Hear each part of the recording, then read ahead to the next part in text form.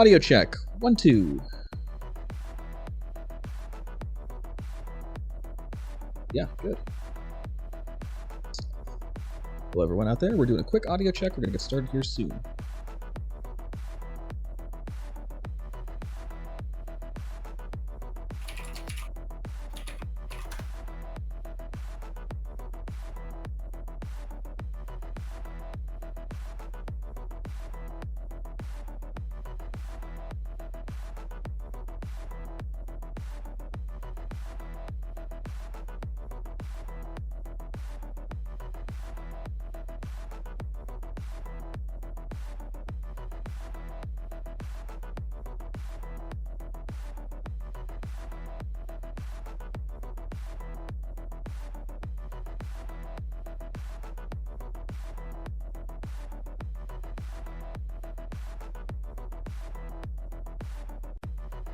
And one more audio check, and a check from Leaf.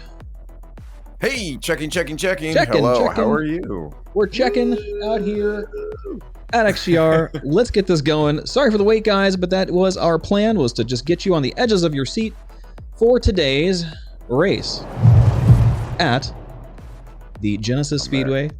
Hi, my name's Splen. You guys might already know me. If you don't, I usually am not on this side of the commentator's booth, but today I am. I'm going to be hosting this wonderful race put on by Speedway and the good folks at XGR. And joining me today, let's see if I do this correctly, this way, is over here. Leaf. Leaf, who is a professional esports commentator I've been talking to over the last few months, weeks, whatever, how long it's been. And is going to be joining me for my escapades as I kind of stumble through the world of hosting Star Citizen events. So yeah, Leaf, if you could just give us a quick intro about what's the story behind the Leaf. Okay, well, do we want to be here for about 2 hours? I could do that. No, we'll give the brief TLDR. No one wants that much. Thanks for having me along, by the way, Splen. It's been awesome. You're right. We've been talking for a few weeks, getting me all caught up on everything that is racing in Star Citizen, which has been phenomenal. I've been playing the game for years now, but I've never really dip my toes too far into this. So this is a really fun chance to see what you guys got. So racers, impress me, please. But my name is Leaf, Brody Moore, if you want to call me that. I answer to most names, so just start throwing out insults. I'll probably look too. But I am in the world of esports on the side of Rocket League. That's right. I talk over little toy cars hitting a ball. It's wonderful. I love it. Been doing that for probably, what is it? Oh my goodness, it's about 8 years now. I'm old. Age hits us quick. But it's been a while. Been doing that, and before that, I had my toes dipped in running tournaments for Smash Brothers Melee, and before that, was always interested in just competitive gaming in general, which is why I think I ended up on the esports trajectory. And then Star Citizen came along. I got it back in 2016. Like most of us, didn't have a PC powerful enough to play. Sounds like I probably was good not to play during those years anyways. Got into it in around 2019 and started doing content around 2020. There was a lot of time in 2020 to make content, so I just kind of full forced into that. And now Rocket League and Star Citizen are my two main games. I love Star Citizen. All of my content on my main channel is about that now. But again, haven't really dove into the racing side of things. I've watched some ground racing stuff with DMR Rally, as we all have. When it came to ship racing, I hadn't really gone in there. I did a couple myself, but watching some of the world records for some of these tracks, these underground tracks too, left me feeling very incompetent about my gameplay. So, but very excited to see what everyone's got. Yeah, no, it's really exciting how impressive these pilots have gotten. So I'm excited to see today. Thank you, and on behalf of everyone who's going to be there today, thank you for the kind words. But when you say things like 8 years and old, and then Star Citizen all in the same sentence, I start sweating a little bit. But yeah, here we are. Right, you're right. 10 years removed from the biggest fund-raised thing when it comes to video games of all times. So yeah, and we are, as you can see, kind of behind us here. We'll switch over to the little more what you can see. We are getting ready here to launch here for the Genesis Speedway Showdown. We've got quite a motley crew of long time and some newer racers. It should be a good show. I'm expecting to see some good things from some of the top names in there, and we'll talk about that a little later. But right now, we're going to talk about the racetrack itself. So this is the Genesis Speedway track, and this was a beautiful track designed by the one and only Speedway. No Twitch, please. No TOS here. All jokes aside, Speedweed is a great guy, one of the longtime XGR regulars, and has designed a couple like pretty awesome tracks, and this is one of them. This is one of my all-time favorites, not just because I'm a little biased to ArtCorp, but because it does have a little bit of everything, and we'll talk about that sort of as we can see here. We've got a bigger loop. Anyone who's familiar with the geometry of ArtCorp, those are buildings. Those little squares down there, those are buildings. So this is quite a few kilometers. And as you can see there with what we have up there on the top right, that is our current time trial world record standings. With Fresh 001, who is racing today at the top of the list there with a 2 minute and it looks like a 33-second lap. That is fast for this track, and that is on one of the fastest ships in the game, which is the Razor, of course. But even so, when you compare that to the short circuit track times of tracks like the Snake Pit, which has like a 30-second lap, and Yadar Valley, which has about a 45-second lap, and you look at this, I mean, it's quite a few orders of magnitude bigger. So this is an endurance race by any stretch of the imagination. Like, pilots are going to be, having a hard enough time making these tough turns, but at the same time, they're going to have to be holding their concentration, keeping steady. So this is going to be one to watch. We're probably going to see some separation early on, but it'll be interesting to see, what happens. A lot of these racers haven't put as much time into this track as some of the more popular and older and well-known tracks. So there could be a lot of exciting mix-ups happening in the standings. Yeah, I mean, just watching again the runs early on for this. For the Genesis Speedway, there are a lot of really tight spaces you need to be fitting through that small mistakes are going to cause a lot of problems for you. So I was really excited watching, especially Sheer Heart Attack. We were talking last night about that and how difficult some of those turns are. I absolutely love this track, and especially at nighttime. You talked about how beautiful ArtCorp is. You're going to get to showcase that, especially through, that downtown transfer. I'm loving the double glizzy. I mean, it's just my favorite based off the name alone too, but what we're seeing right now actually. And again, you get these nice straight runs through some of these corridors, then into some really tight hairpins and really hard maneuvers around some of these corners. So it's a good mixture of beauty and complication. That's right. And so that demonstration we just had on screen is made by the track author himself. That was Speedweed. Put a nice run in either last night or a couple days ago. Cool little night run through Genesis Speedway. And we're going to go over the official track guide here in a moment. But first, we're going to break down the race format for today, as that is important. It does change for these events. So for today, we are looking at 5 heats. And the heats are strictly to determine grid position for the 3 main events afterwards today. So that means that during the heats, there's no points. They're not going to count towards your final standings, but you want to get the best grid position possible to be able to have a fighting chance, especially against some of the top racers here during the 3 main events. The heats are going to be 2 laps each. Should be about 5 to 8 minutes on average, depending on the racer skill. And then our mains are going to be 4 laps each. So we're talking closer to 10 to 12 minutes. Those are going to be true marathons. It's going to be endurance races for everybody involved. So that's what we're looking at. So we're looking for a few hours today, I would say, at least, depending on server health. I've heard things are well. That's a big part of it. Yeah, I've heard the stability has gotten pretty good after the last patch. So we'll see what happens. Let's go ahead and if you got nothing else to say about this, we're gonna just we'll talk about it while we're looking at the track video guide here by none other than Speedweed himself. Yeah, let's take a look at that. I got a couple points to add on that too. What I love about this format is it gives people a little chance to shake off some of those early rust, the early nerves if they have anything. I mean, no matter the size of competition, every time you get in that pilot seat and you see the other racers getting ready to go, there's gonna be just a little bit of nerves of can I compete against them? And being able to get those early on heats, you got 5 of them that you get to run through that aren't going to matter in terms of points.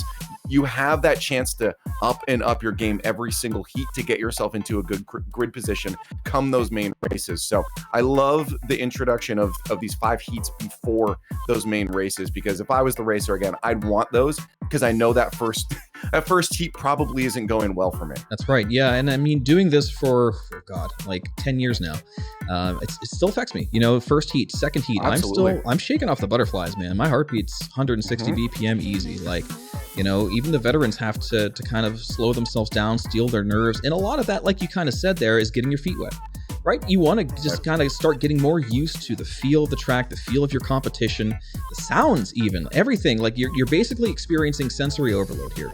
So yeah, it's quite a thing. In here, let me. I think the track names are going to be showing up here. Let me go ahead and a big part of this too. I mean, is not only just making sure you mechanically are present.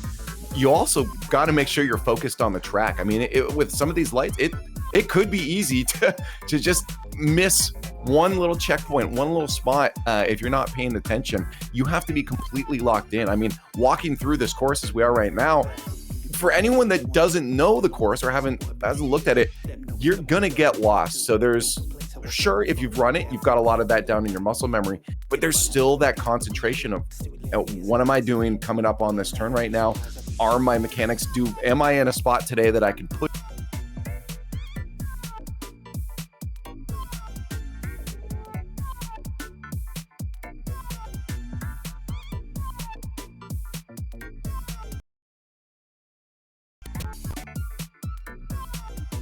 Our racers to level out, get themselves into a spot where we're going to get the best races come those main events. Yeah, and apologize to the audience there. We cut out audio halfway through that, but we got most of what you said there. And kind of adding on to your point there about getting complacent during the race. That's very possible with a race that's this long. I mean, you're talking about, like I said,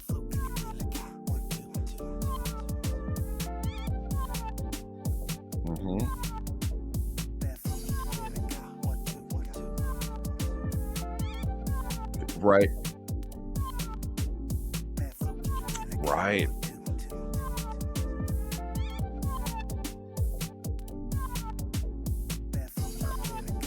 Yeah. And I think that's one of the cooler things about this track as well. It's not just the fact that you're trying to navigate through this complicated track. You're also having to worry about managing whether you're going to get impounded or taken off course here because of those height restrictions, which I think adds a nice little complexity to the track overall. This was one of those sections I was talking about that I really liked. The downtown transfer, just beautiful lights. This is a section where you can just relax for maybe a moment before we get back into complicated maneuvers, and you just get to take in the sights of our court.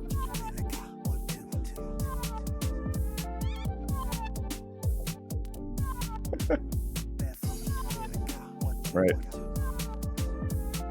Oh my God. Talking about aging ourselves.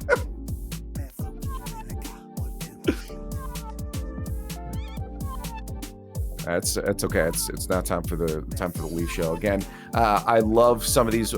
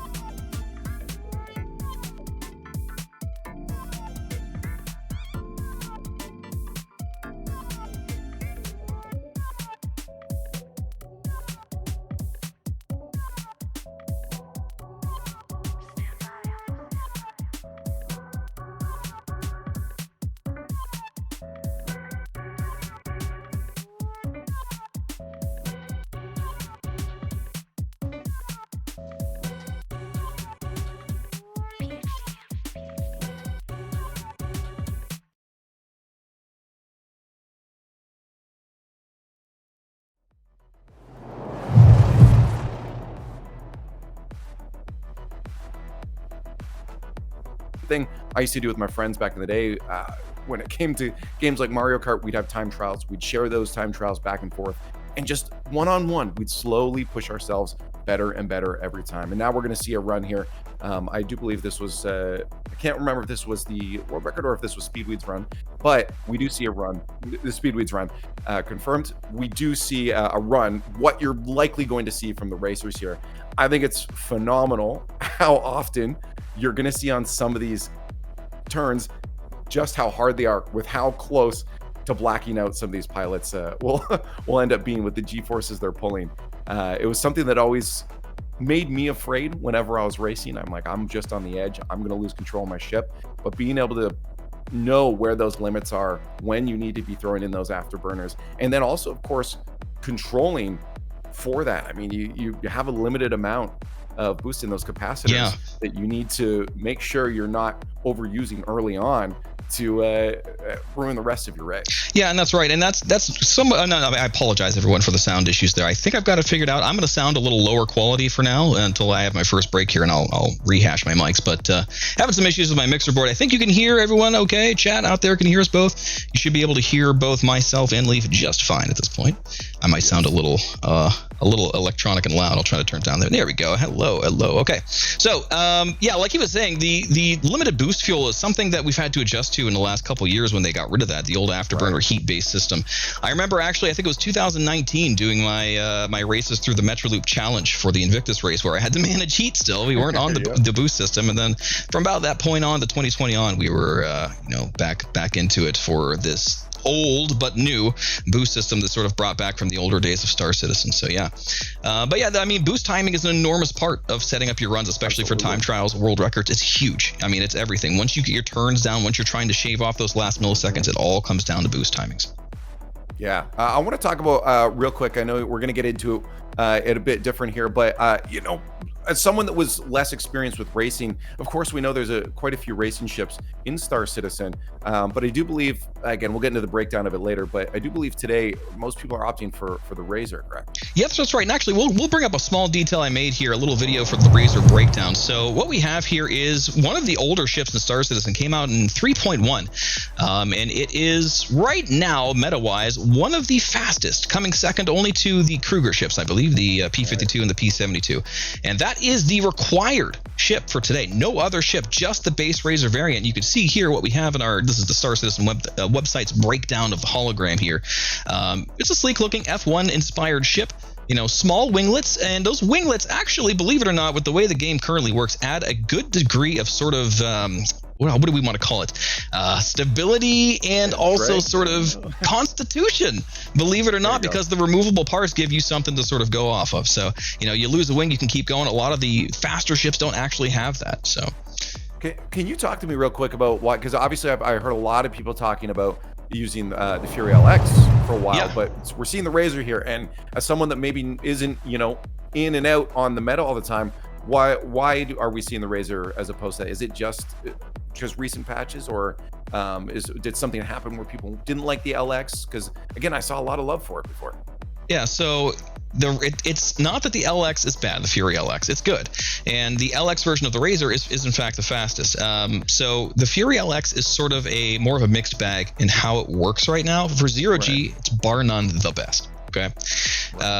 In atmosphere, and we have some racers out there who I know would love to comment on this, especially people like Deku who right now you have to tricord into your forward vector to get your fastest speed, which is hilarious, but it's working for some people. And what that means essentially is you're going nose down and going kind of upward into your flying. And those who have gotten good at it are breaking world records left and right, but it's the most unorthodox thing I've ever seen. Now, going back to the Razor, and you asked why people are picking that over like the Fury LX, quite frankly, it's easier. I mean, it is one of the most forgiving. It's one of the most forgiving racing ships there is. Like, it is just lovely in terms of being able to yaw when you have to, because a lot of times yawing is not great. It does reduce your speed, but this is one of the more forgiving ones. I think that's because of the shape of the winglets.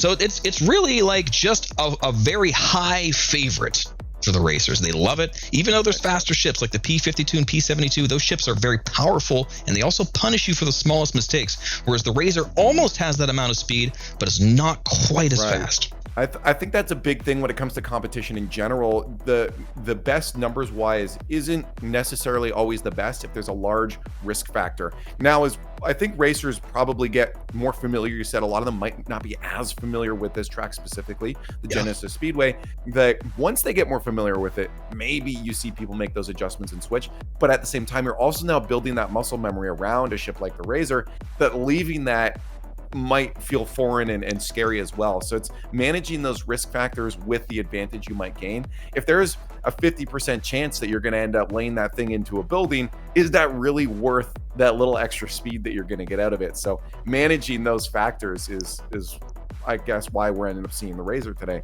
and that makes a lot of sense to me. Yeah, and it's funny you mentioned that, because like that exact philosophy is how I actually pulled off first place in the Stanton Cup, which was back in August. We had basically about 4 or 5 ships we could choose from in a 0G track. I knew the corridors were going to be tight. The fastest ship you could pick there was the Mustang. At the time, the Mustang was the fastest out of the list we could choose, the Mustang Gamma/Omega. But you know how big that thing is? So when you're talking about maneuvering that through tight corridors and dodging other ships, it is just massive.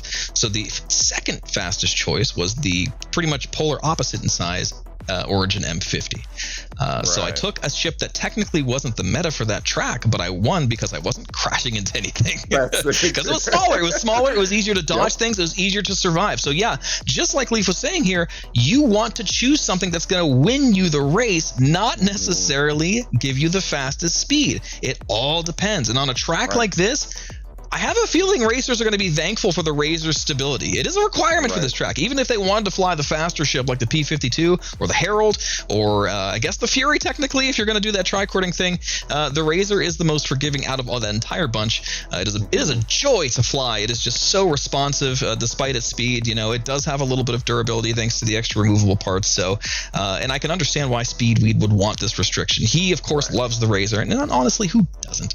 But, you know. Hey, I got to say that was one of my, when I said I'm getting a racing ship, I went with the Razor. There you go. Well, for me, got to rep the colors, the M50 here, but you know, that is my favorite. I think I did end up with one too. however, the Razor is right now substantially better than the M50 in atmosphere, so you have to kind of just understand the meta and go with it when you're trying to be a professional racer. So just a sexy ship. It is, and they both are. I mean, you know, the M50, the hot rod red, and the beautiful streamlined cockpit. It's like, oh man, I just love it. I have it on my business cards. Actually, I have to get them out and bring them up. Again, I have to say I might be a fan of a very specific manufacturer. That's right. I'm not gonna, as much as I love the Razor, I'm not gonna shut down. Here we go. I'll try to get this on the webcam here. There's my business card, has the M50 red on it. It's, I love it. So beautiful. But anyway, yeah, it gave me something at least I could design my style off of. Okay, well, as we watch again, we're just keeping an eye on some of the racers right now as they get set up and ready for our first heat. I want to ask if there's any racers here specifically, if there's anybody that is watching that might not know some of these names, if there's anybody that we should be specifically watching out for us, or anybody that you have your eye on specifically. Are we seeing new racers, or are we seeing some vets here that are really going to give us a good show? Yeah, so we were talking about this earlier, and I'll bring up the map guide once again so we can kind of take a look at the world record list. But right at the top there, Fresh 001 has been one to watch out for lately. He's certainly given me a run for my money, and a lot of the longtime pros have been taken aback by how good Fresh is at this game. So he is our world record leader in the time trials right now, and probably my favorite to win today. I mean, he definitely puts in the time. He's definitely got the skill. So if I were going to put money down on this, the Splenbuck would be going to Fresh. However, we have, I believe, if he showed up, he was signed up. If we have Ordito in today, Ordito has been climbing. He is relatively new to the scene, and he has been climbing the leaderboards hard. He is one I would not take for granted in any stretch of the imagination. He scares me. He's very good. And just taking a quick glance through the racers coming today, we have Dude 3D, who certainly he's one of the newer ones on the scene, but he's good. Connor Risnick, longtime racer. He's been getting better and better every single race. You know, he definitely has he's one of our more emotional, one of our more charged individuals when he comes out there. He's always, a little hard on himself, I think, but that's because he is so competitive. Such a great guy to know as well. We have Sacratus racing today. Sacratus, longtime racer. I believe he's a mouse keyboard racer as well. And those numbers are few and far between, but we have a few of them that are absolutely unbelievable, despite the fact that they're not using joysticks. Let's see. Go ahead. Actually, that's a good point I want to bring up here is what is kind of, because whenever I'm flying ships, I actually switch between two. I switch from KBM over to my sticks. It just depends on how I'm feeling the day, but I've always felt that KBM doesn't feel like it's too far behind. Do you find a lot of racers? What do you prefer? What do you think is the meta? What have we seen? Or is it a good mix between control styles? I'm assuming no one's using a controller. This is a hot button topic for me. That's okay. I'm glad you brought this up, because first and foremost, I want to tell everyone out there the same thing. I even have this on my Twitch profile. It gets asked so often. When they ask, what's the best control scheme to use? I say, it's whatever one you are going to get the most comfortable with, because the first and foremost thing you need to worry about when you're putting in this much time to get this good at racing is ergonomics. You don't have something you don't like, you're going to be in trouble, because like I hurt my shoulder not having the proper joystick set up perfectly down for me and practicing too hard. So get something that you're going to feel comfortable with for long periods of time, because I tell you what, I've seen world records from every style of controls, whether it's a steering wheel and pedals, a controller, a mouse, keyboard, double joysticks, joystick throttle. I've seen them all do phenomenal, and I'm talking world record phenomenal. Controller. Well, I don't know about that, but I'd like to see it if somebody can do that. Limit somewhere, okay? Yeah, we can. Well, maybe we'll do it for a stream here. We have some chat chiming in on this. Dual Omnis or bust. This is Connor Risnick referring to the, I believe they're called the Omnis. That's the VKB sticks, and he has two of those. So, and we have what here? Talking about some of the racers we mentioned. We got a shout out to Sanguis Luna. That is Durnk, one of our other racers. I don't think he's participating today, but Socrates is part of that org as well. Right. And then we have Aaron the God talking about Connor did win the New Babbage exhibition. That's right, just before the new year. Could he do it back-to-back? We did have an exhibition race right before the new year at New Babbage City Tour, which Connor took first place. So Connor, we're watching you. Let's keep it going. Keep the streak going today. Yeah, that's good. No, I like to see that there's a bit of history coming into this, because I mean, a lot of times it's, again, I talked about a lot of these races being an individual thing. You're just trying to make sure you are doing your best, but also when you see other competitors that have done the best as of recent, there's still that edge. You want to beat them. You want to just be a little bit higher on that podium by the end of them. So there is still that competition with the other racers. I mean, this is different than time trials. I imagine mentally you approach it differently too. And correct me if I'm wrong, but I mean, if you're just going solo for a time trial, Splen, you know, I imagine you're approaching that different than when you have other racers right beside you too. Absolutely. It's like night and day. Hey, Speedweed, what's up? Yep, just dropping in to say race 1 starts in 40 seconds. 40 seconds. All right, we've got the cam ready. Yep. Let's get ready to race here. Spare No Pixel, you can go ahead and start bringing that background music down. We're going to get ready to watch the race unfold here. We can see here in our camera, we've got our racers on the starting grid for heat number 1. And hopefully we'll have somebody who is showing us a first-person view so we could watch, you know, the racer names as well. We don't know how the grid is set up right now, but there's those beautiful racers set up at the starting line, the Exxon building, just like the track guide said. So here we go. Yeah. We're not gonna hear the starting gun go off, because that is like a Discord specific thing we use, but we'll be able to just watch them go, and we'll have I think we'll know when they're moving. That's right. These guys will take off. But yeah, I like this, because as it goes on, hopefully, again, as you mentioned, this could take some time to get through all the heats in the main races. We start off on daytime, and I'm hoping we get to nighttime. We saw during those fly-throughs earlier how beautiful this space can be. Now we get a bit of that look of the industrial, and they're off. And I like this, starting off in through the Trident, a nice, quick mental check on these players to get some turning in. You don't just have a nice straightaway right away. You do get into that Trident to drive by that gives you a nice little straight shot where maybe you can separate yourselves, but it's then right back into some hard turns. Yeah, that's right. And we don't have our lap timer working right now. We have it up and waiting for it to start, but it looks like we might have a little technical issue with that. However, we can see them racing. And here's our view from our normal race director, Luigi, giving us a kind of a shot watching them go through the noodle right now, I believe is the name of that turn. Yes. Coming down along over to the buffer, I believe. I'll have to get those map names up. And my favorite is as the racers get on through the anvil just up ahead, this is going to be hard to keep track of them, because they also have that sheer heart attack right after, which is, again, we've been told, one of the hardest turns on this track because of how many Gs you're going to be pulling, and you're going straight through that cut right there. And here he goes right now. Sacratus taking sheer heart attack. And we have our first DNF. It looks like Dude 3D is out from a collision. No. Bujinski Kerman also out from a collision. Two of our up-and-coming racers, unfortunately, didn't make it past lap number 1. But here we have the point of view from Sacratus. Again, one of our mouse keyboard racers. You can see him using that V-Joy. Coming along to Stegman's now.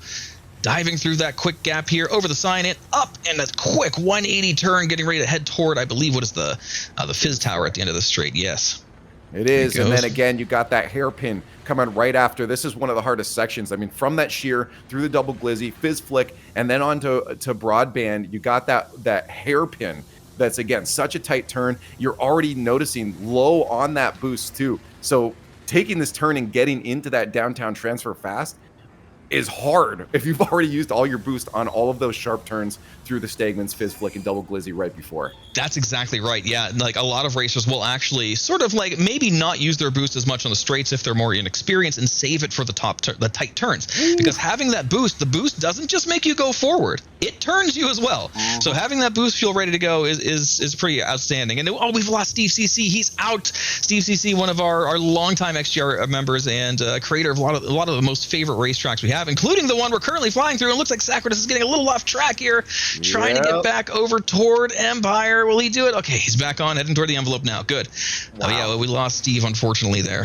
I mean, I'm so glad I harped on this before, because as trained as a lot of these racers are through a lot of these tight areas, it's still so hard. You just have one wing clip aside of a building as you try to get an advantage, try to get a little bit of extra lead against the racers around you. You can be knocked right out of the race. And this is such an unforgiving, from boost, from the tight angles, just overall in the length of it, such an unforgiving course. And it's so fun to watch. Yeah, we've got Luigi watching over the start finish. It looks like we have some racers getting ready to start lap number 2, going under the Exxon building and getting ready to wrap up this heat 50% out of the way. Again, we don't have the standings up right now, so I can't really tell you who's in first place, but hopefully that'll get fixed here sooner rather than later. Meanwhile, we have Sacratus trying to get back on track. And again, this race is long. It's complicated. The turns are hard to find. You know, we were talking about this before we got started, where it's time to get those sort of like those jitters out, try to get on track. And again, like if you're used to seeing the track a certain way and you get off course, it's a problem. There we go. Fresh has crossed the start line for race number 2 and has our fastest lap there, just ahead of Connor Risnick right behind him. And there we go. Our timer has finally started working for heat number 1. About a whole lap too late, but it started at least. Wow, this is a really fast look at it. He's finishing at 23 seconds. That's right, 24 seconds. And Sacratus going through the start-finish line, starting up lap number 2. All right. So we're on track here. It's a beautiful, looks like mid-afternoon here at ArcCorp. And he's heading around the first turn there, getting ready to go over to Trident and smash over to Drive-By. Yeah, and I like this section because it's really cool how this track lays out the Trident in drive-by. You get a couple sharp turns right off the beginning, but you still have a nice straight shot through the noodle, the buffer, and onto Anvil before you get hit with that sheer heart attack. So it's really fun to kind of warm you up. You're like, all right, I feel good, I'm going fast, and then all of a sudden your heart stops with that heart attack. So it's I love the way that this track is set up from the start of the race. Honestly, like if I had to say what is Speedweed's magnum opus, this is the one. And there we have our overhead view from Lothamer right there, watching the racers come through. So we've got sort of a perspective of who's where right now. You can see Fresh there, our leader, on the left. And looks like the only racers we have on this track, I think, are Fresh, Connor, and Sacratus right now. The rest have all DNFs. We had 3 or 4 DNFs out already. Fresh looking like he has a clear lead there over Connor Risnick. So again, looking to be the favorite here. Actually going to be possibly running up on Sacratus as a back marker, but I think because he's already 1 lap through, he's not going to actually make it that far. Wow, I love this perspective because you really see how comfortable Fresh is with this track. That's right. I mean, it's incredible how he's maneuvering through this. And you see the finish for Fresh right there is just wow. I mean, I totally understand why he's got the record now, because this is just he is on another level. And I'm very curious how the other racers are going to adjust as more heats go. Because remember, we saw some DNFs. Definitely people are going to be adjusting and making sure they take this track differently through the other heats. But it's like, this is, I mean, can you touch Fresh? I mean, You know, so the bigger they are, the harder they fall. I've heard that before, you know, because like when you're going that fast and trying to keep up the muscle memory time trial pace is when you're pushing it to the limits. And when you're pushing it to the limits is when the smallest mistake is going to cost you. So, but I mean, he probably has a lot of what I like to call leadership economy, in which case he knows he has a big gap. So he's going to be going slower, right? If you're smart and you know you have a big gap between your nearest competitor, you start to slow down. You play more conservatively, and I'm sure that's what Fresh has done here, knowing that most of the racers were just dead in the water before lap 1 was over. So it looks like we've got Sacratus wrapping up the final leg of the race. Is going to be heading down toward the what we like to call the Avengers Tower, the big flip up into the air and then screaming back down toward the start finish, and that'll wrap it up for heat number 1. Yeah, I mentioned it before, and I asked you, you know, is there a difference between playing for yourself, playing for time, or playing when other racers are around? And I think what you said Fresh was likely doing here now is exactly that difference. I mean, if Fresh is pushing for a world record, there is no slowdowns, but knowing that you have other racers behind you and all you have to do is beat them, then you're going to play it a little bit safer on some of those harder turns, because again, at DNF, you don't want that. A good time means nothing if you're in last place, right? Yeah, and then Sacratus is wrapping it up there. And that is our 3 survivors, a podium in themselves. Sacratus on the mouse keyboard, wrapping it up with a valiant lap. And that'll do it for heat number 1. Wow, I mean, not unexpected, honestly. Like, we see this a lot in races, especially in the first heat, where it's a brutal bloodbath. And this is no exception. Let's see if we have the final. I don't know if the final standings are going to be working, but we'll take a quick look anyway, because the overlay wasn't quite functional.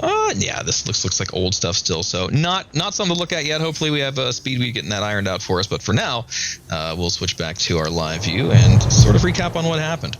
And I might be able to bring Fresh up here to talk to us really quick. You can OBS refresh the stream. Okay.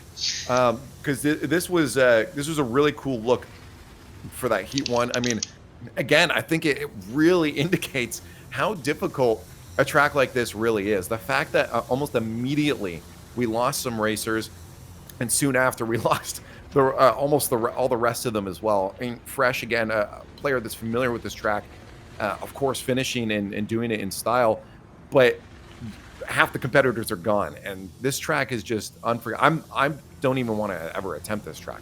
Like, we saw some of the racers losing their mind, or like losing their way, and like trying to figure out, they're just overshooting some stuff because out of boost, unfamiliar with it. You know where I would be?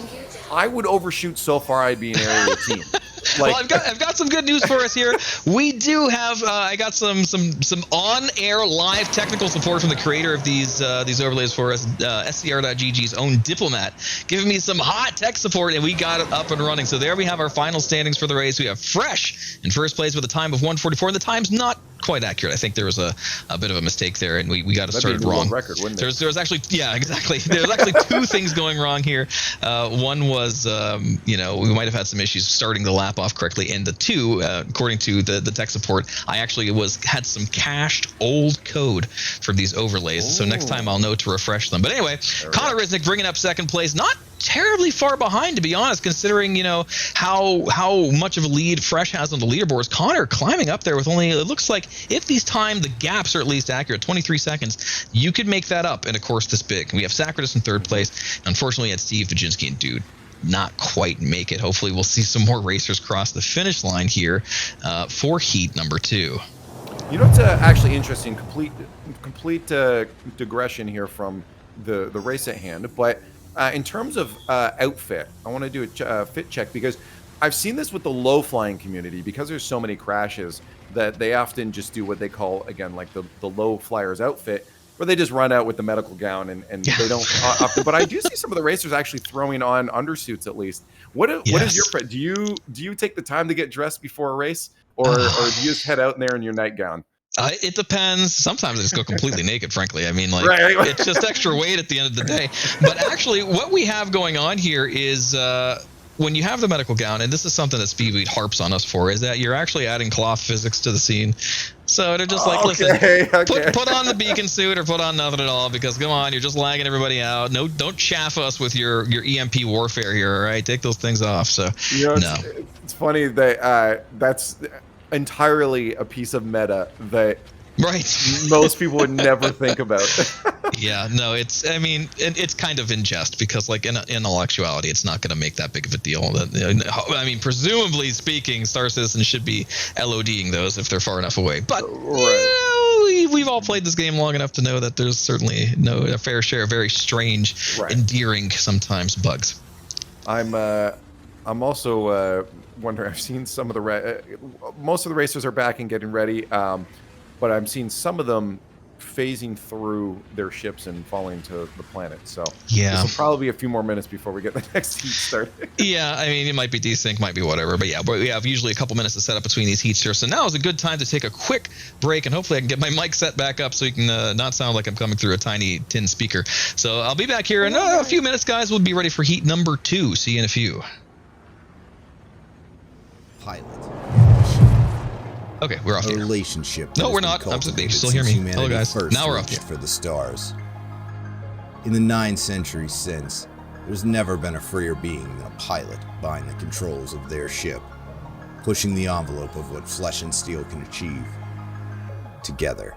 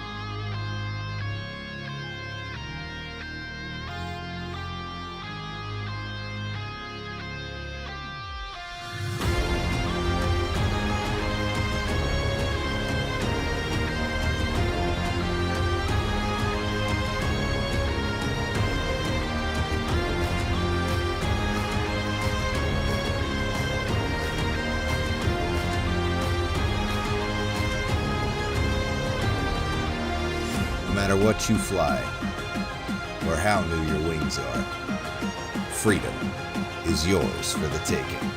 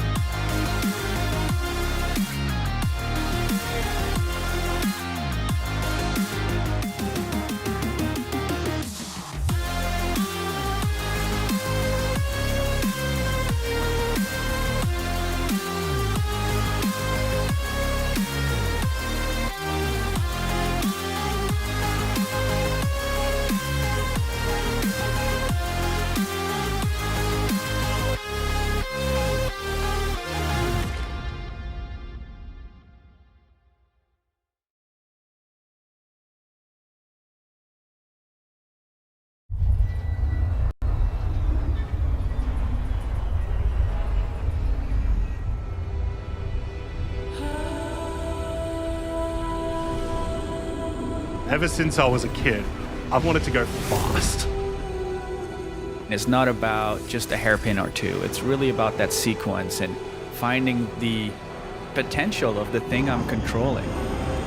Being in the cockpit, you start to forget what your body's doing. You become one with the machine. Racing in general, I think it's kind of becoming an art.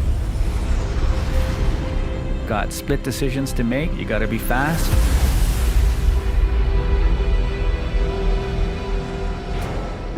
racing is one thing, but racing when you know your reputation is on the line, the money is on the line, you got something to actually bring home. That's the races I gravitate for. The big ones, the high stakes. Racing is just as much as survival as being fast. What wins the race?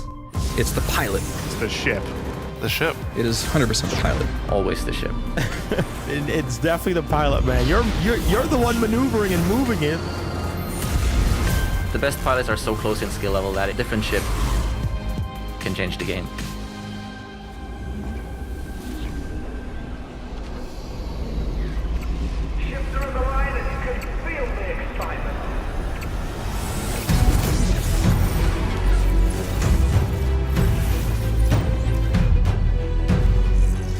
Only from Mirai.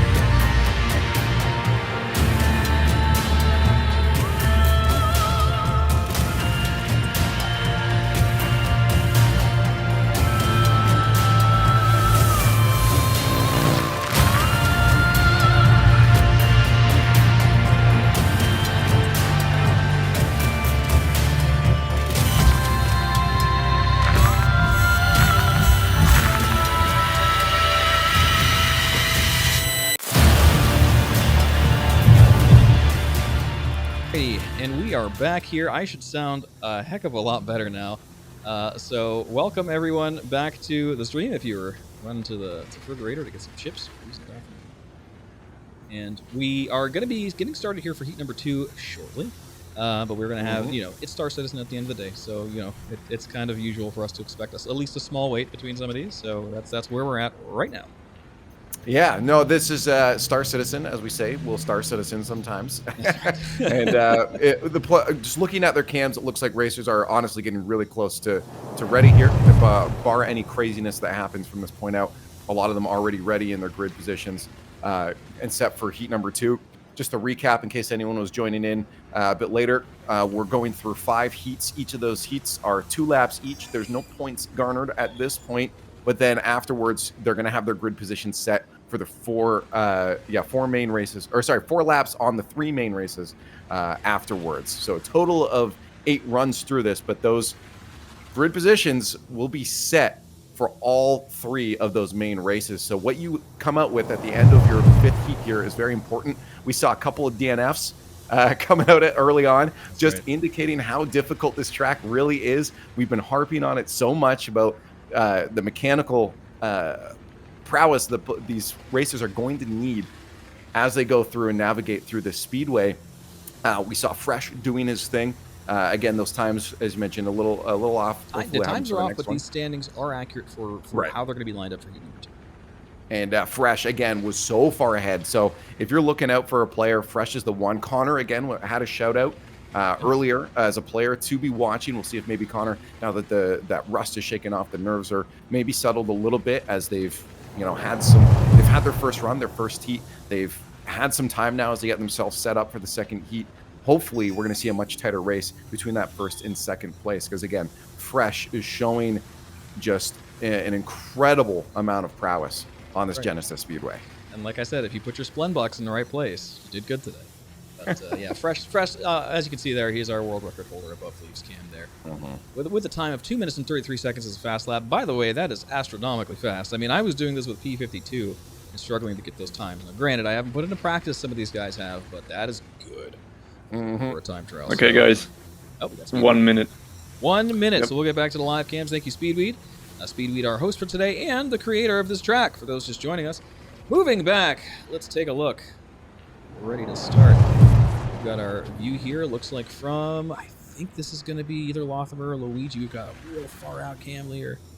Well, again, these grid positions then, correct me if I'm wrong, will be set based off our first heat that went by. So we'll have Connor in that closer position to Fresh for the second heat, which is something you want to do is work your way up. You don't have to, again, get first every single time. You work your way one step closer. So when you're on that starting line, you can have a bit more of an advantage. You're a little bit closer. Now, of course, as we looked at the Genesis Speedway, we do start off with a couple quick, tight turns that can maybe cause some problems. I'm pretty sure we saw a DNF maybe on the Trident at the beginning. Maybe it was drive-by.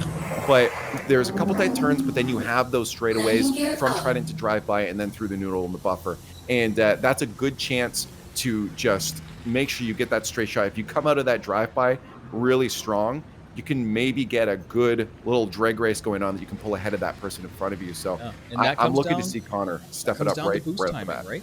Like, and there they go. We're starting off with number 2 here. See Fresh in front. But again, yeah, going back to that boost timing, if you got it, that's the place to use it. Really rip it out on those straightaways. If you're confident you could use just your skills and maybe not some boost on the upcoming turn. Here we are. Now, what you'll notice here in Fresh's cockpit on our left screen there, Fresh having his cockpit open. Now, Leaf, you know, you're into Star Citizen, but not into racing. Can you guess why that might be?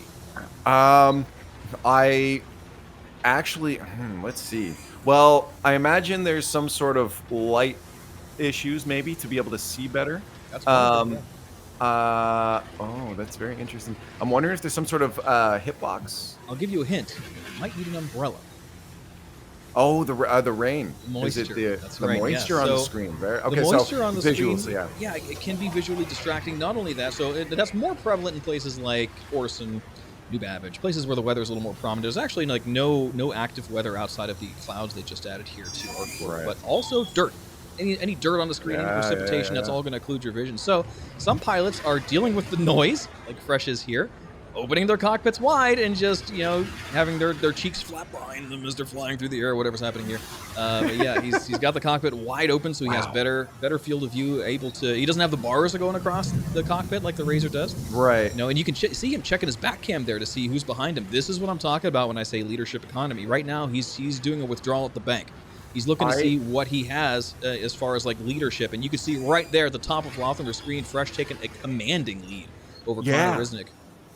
I think what's incredible about this too is, I mean, even coming out of that sheer heart attack around the double glizzy, where we see a lot of people end up using a lot of that boost, he had everything. I mean, even out of that broadband, it was almost full tank of boost, where a few racers we saw before were completely empty by that point. So you know what? That's conservatism right there. He knows it. He knows he doesn't have to use it, so he's going to slow down, save that boost, and use it for emergencies.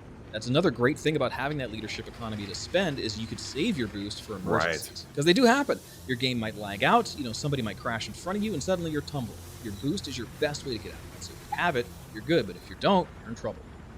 Now this is absolutely wild. We already see Fresh hitting the double up on his way through to finish. Oh, inside that Prime's first lap. out. Oh. No, we lost him. It looks like he's kind of, you can see it was in the bottom left there, dangling down as his corpse drops down to the streets below our corpse. And then we got Fresh crossing lap number 1 with a time of 2:32. If that's accurate, that beats his PB for lap time on SCR.GG. Now, there's a couple caveats here, because number 1, I don't believe he was landed start because the grid is floating, so that wouldn't count for SCR.GG, but that just goes to show you, even with that much leadership economy, how close he is to his personal best on this track. Yeah, no, I think it's just Fresh is definitely showing that if anyone wants any chance, they're going to have to hope for Fresh to make some sort of mistake, because at this point, he's got such a commanding lead and such control over this track. The familiarity is just going to dominate everyone. So I think at this point, it's don't worry about Fresh. It's just make sure you're making every single lap a better lap than your lap before. Because if you try to target Fresh, you try to target a W on the race today, you're, in my opinion, setting yourself up for failure, because you're overlooking your own besting, your own PBs, and if you're targeting Fresh, I just don't know if that's going to happen today. Well, he is on fire. You know, you mentioned that, but we do have, it looks like a latecomer wasn't there for lap number 1. We have Dekudez on the track. We have Psy Prime also here. So Dekudez is pretty much the best Fury LX pilot in the world right now. Now, this isn't a Fury LX, so that's where, you know, the advantages are probably going to end, because he does have to be forced to fly the Razor like everyone else. But as far as knowing the racing mechanics and the mechanics of Star Citizen, Dekudez is a very, very challenging opponent here, and if anyone has a chance to beat Fresh, my money is on Dekudez.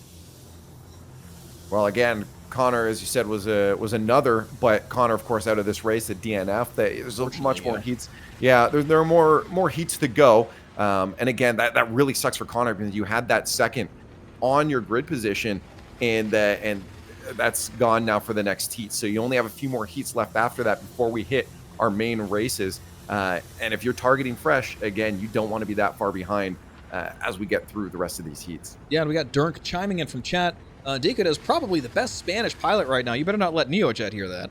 Which is there's some very talented Spaniards. That's right. You followed that up quickly with the damage control, Dirk. I heard you. I won't tell him, don't worry. But anyway, we've gone back to the course here. We can see Fresh wrapping up. He's going up to the climb now, about to loop around. Lothmer's got a great shot of him looping around the final turn, speeding down just a line drive to the finish line, and Fresh is about to cross, and that will wrap up first place for heat number 2. Yeah, again, no surprise in my opinion here.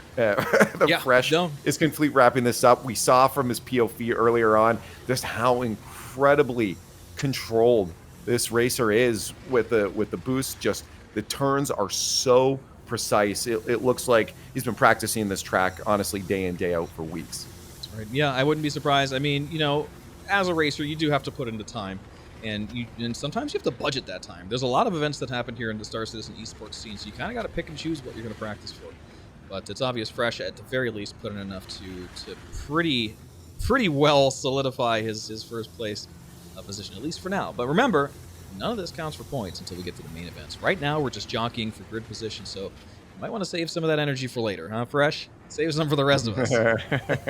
I think what's my favorite thing about this heat right now, heat number 2, is that we do, hopefully, I make Caster Cursus, but we have more racers finishing this, which means racers are getting more familiar with the track. Sure, they're a bit behind Fresh, but we're getting those finishes. Oh, Sacratus on with the finish line. the decent collision. So what happened there? And this is sort of like, you know where you are according to your client, but where does the server think you are? And in that case, because that was such a fast pull-up turn through the finish line, the server thought he was going right through that building, and the interpolation was not kind to Sacratus. I think that still counts. We're going to see, because if it is a DNF, then that puts Steve in third place. Usually you have to go through the finish line unscathed. So we'll get to our race directors and get the final sort of result on that. Oh no, Steve CC's out, actually. Looks like he DNF'd before finishing lap 2, so it might not matter. We got Dude 3D still on the track. He still has to wrap it up. But yeah, what you might want to do as a racer, now, having seen that, and of course I think Sacratus is definitely going to do this from now on, is you want to take that last checkpoint, because it is through a tiny slot. You want to go a little bit straighter on instead of pulling up into it like he did, trying to land on a carrier ship there. So yeah. You have to know that the game is against you when it comes to server performance and interpolation of your position. And your ping. The farther away you are from the server, the worse it's going to be too. So a lot going through a racer's mind. Not only do you have to worry about your ship's performance and your own performance, but the server performance. And with Dude 3D crossing the finish line, that will lap it up for heat number 2. There's our standings. And again, we'll get sort of a final word on what happened to Sacratus there. But yeah, there you go. I do want to apologize, because 3 seconds before that, I called out I might be about to Caster Curse this, that we're having more racers done, and then he crashed on the finish line. So my apologies. That one's on me. I'll take that. You heard that. He's going to pay your insurance for that ship. Like, hit him up in game with the invoice. So our final results, we got Fresh, and it looks like this hasn't quite updated yet. I think this is the last race results, so we'll get it. Let's see if I can refresh. I'm going to see if I can do the tech support. Do some mathematics. Ready? Let's see what you got. Boom, baby. Easy peasy. All right, so we got Fresh on top with a correct time this time of 5 minutes and 9 seconds, followed by Dekudez with 5 minutes and 34. Only 25 seconds behind, and, you know, having missed the first heat, this was technically his warm-up. We've got Sacratus in third place with a 6:11, and Dude bringing up the rear with a fourth place, by the way. Not much of a rear if you ask me. 7 minutes and 17 seconds. The rest, it's Sorry. Goodbye. See you later. We'll pick up your ashes and get you regenerated for heat number 3. Hey, my hopes is that by heat number 5, we're having every single racer finish. Again, I can't say it enough, and it's proven by these DNFs just how difficult this track is. I mean, between those extremely complicated sections, over through Anvil, Heart Attack, Double Glazing, Stegmans, you've got so much boost being consumed that when you start to hit the Fizz Flick and Broadband, that hairpin, you're either A, losing a lot of time on that, or you're trying to take those turns a little tighter that you're hitting stuff. So we're seeing these players recognize how unforgiving the Speedway really is. And again, yeah, that bottom half of that track there, sure, it feels it's so deceiving because you start off with that straight from Trident to drive-by, and then drive-by almost a straight shot down to Anvil, and you're like, oh, this is easy, and you get hit with every hard turn immediately after. And I love how deceiving that is about the Speedway. I mean, just looking at Broadband, right? Just looking at the bottom left of that map there, you could see that is a hairpin from hell. I mean, and having raced this track quite a few times myself, you're basically at a dead stop. When I say you're stalling, you're stalling. There's nothing you can do about it, right? That drag is bringing you down to way below your SCM speed unless you were taking that too wide to be good. So, you know, that, again, it's a skill check. We like to call those skill checks here in racing. That is a skill check turn if I've ever seen one, but this race is full of them. Again, this is Speedweed's magnum opus. I've loved this track since I first saw it, before I even raced it. Not just because it's in the beautiful planet of Artcorp, but because it is damn good. He has an eye for racing. He is a racing fanatic himself, and, might I add, one of the better racers. I believe he came in 3rd place in the Stanton Cup last year, with Sharkbait taking 2nd and yours truly taking 1st. You know, throw it in there a little set. Get it out, King. He's a force to be reckoned with, and I think that skill on the track and his skill in Star Citizen have you could really show. He's showing it off right here. He knows exactly what makes a good race, and this is top tier. Yeah, and I really, again, I'm hoping we get a more freshest PLV, because talking about, again, that Broadband, you said we're looking at a stop on that hairpin is he is often coming out the other side of Broadband into the transfer with almost max boost, where a lot of the racers don't, because again of those few sections just before that. And I think that's crazy how different his run by that section of the track looks compared to a lot of the other racers. So I want to see that again if he continues to do that, and then I want to see some of the other racers and see if they start managing a little bit better as these heats go on, coming through that section of the track. If they start realizing, I really need boost by the time we hit Broadband, because yeah, you're right, you're full stopped on that turn by the time you get there if you don't have any boost. And the fact that, right, we have Fresh leading the charge, even on that turn, he doesn't need to use a lot of that boost because he knows he's got such a strong lead coming into that section that puts him even further ahead. That's right. With all that boost into that final stretch of the track. Yeah, I mean, it really, if you know what you're doing, you could really pile on the heat. And, you know, the gap between 1st and 2nd has been hovering around 20 seconds toward the end of the race, and that gap, spoiler alert, it's probably going to grow when we get more laps in here, so don't be surprised if Fresh ends up a whole minute ahead of the competition. Again, his skill is just, it's undeniable. And here we are lined up for heat number 3. We've got Luigi, our race director, watching from above in his Banu Defender. A little bit of a smoggy day here at Artcorp, but with the amount of vehicles they show down there below the streets, it's not really much of a surprise. However, it's still beautiful for these racers, and I'm sure, you know, the audience can't wait to see the lights and sights of nighttime, which we will be showing shortly. However, one thing to note here is this is actually a particularly exciting corner of Artcorp. If memory serves, this is Area 17. Not to be confused with the major spaceport Area 18, and here is also the home of the Skyscraper track, formerly known as the XGR Club track. In fact, this race runs through it. One of the turns, called the Club Cut, goes through one of the checkpoints of the officially added Skyscraper racetrack. So there's a lot of excitement happening. There's gigantic holograms, new advertisements, big billboards, all added for the scope of making this track seem more realistic, courtesy of CIG, a track designed, however, by our very own Steve CC, one of the racers today. And I do want to point out, sure, it's a smoggy day, but this is a planet entirely made of city, and I bet you the air quality is still better than Lorville's. Oh yeah, no question there. Lorville and Hurston, according to lore, did a great job of ruining the ecosystem for the scope testing weapons for Hurston Incorporated. But here at ArcCorp, it's funny though, because you think it's all like just tall skyscrapers. If you fly out enough from one of these centers, it starts turning into factories. Then you understand where the smog is coming from. It's basically nonstop square kilometers upon square kilometers, big flat warehouses and factories pumping smoke into the air. So there you have it. Okay, guys, 1 minute until race start of Heat 3. 1 minute. Thank you, Speedweed. So we're getting ready. We'll see who's able to redeem themselves and keep good grid position going into heat number 4. And again, these don't count for any points, folks. We're just trying to get our grid position set up. So that's where we're at right now. Later on, again, those races, and this is what Fresh will be looking once we do get into the main event.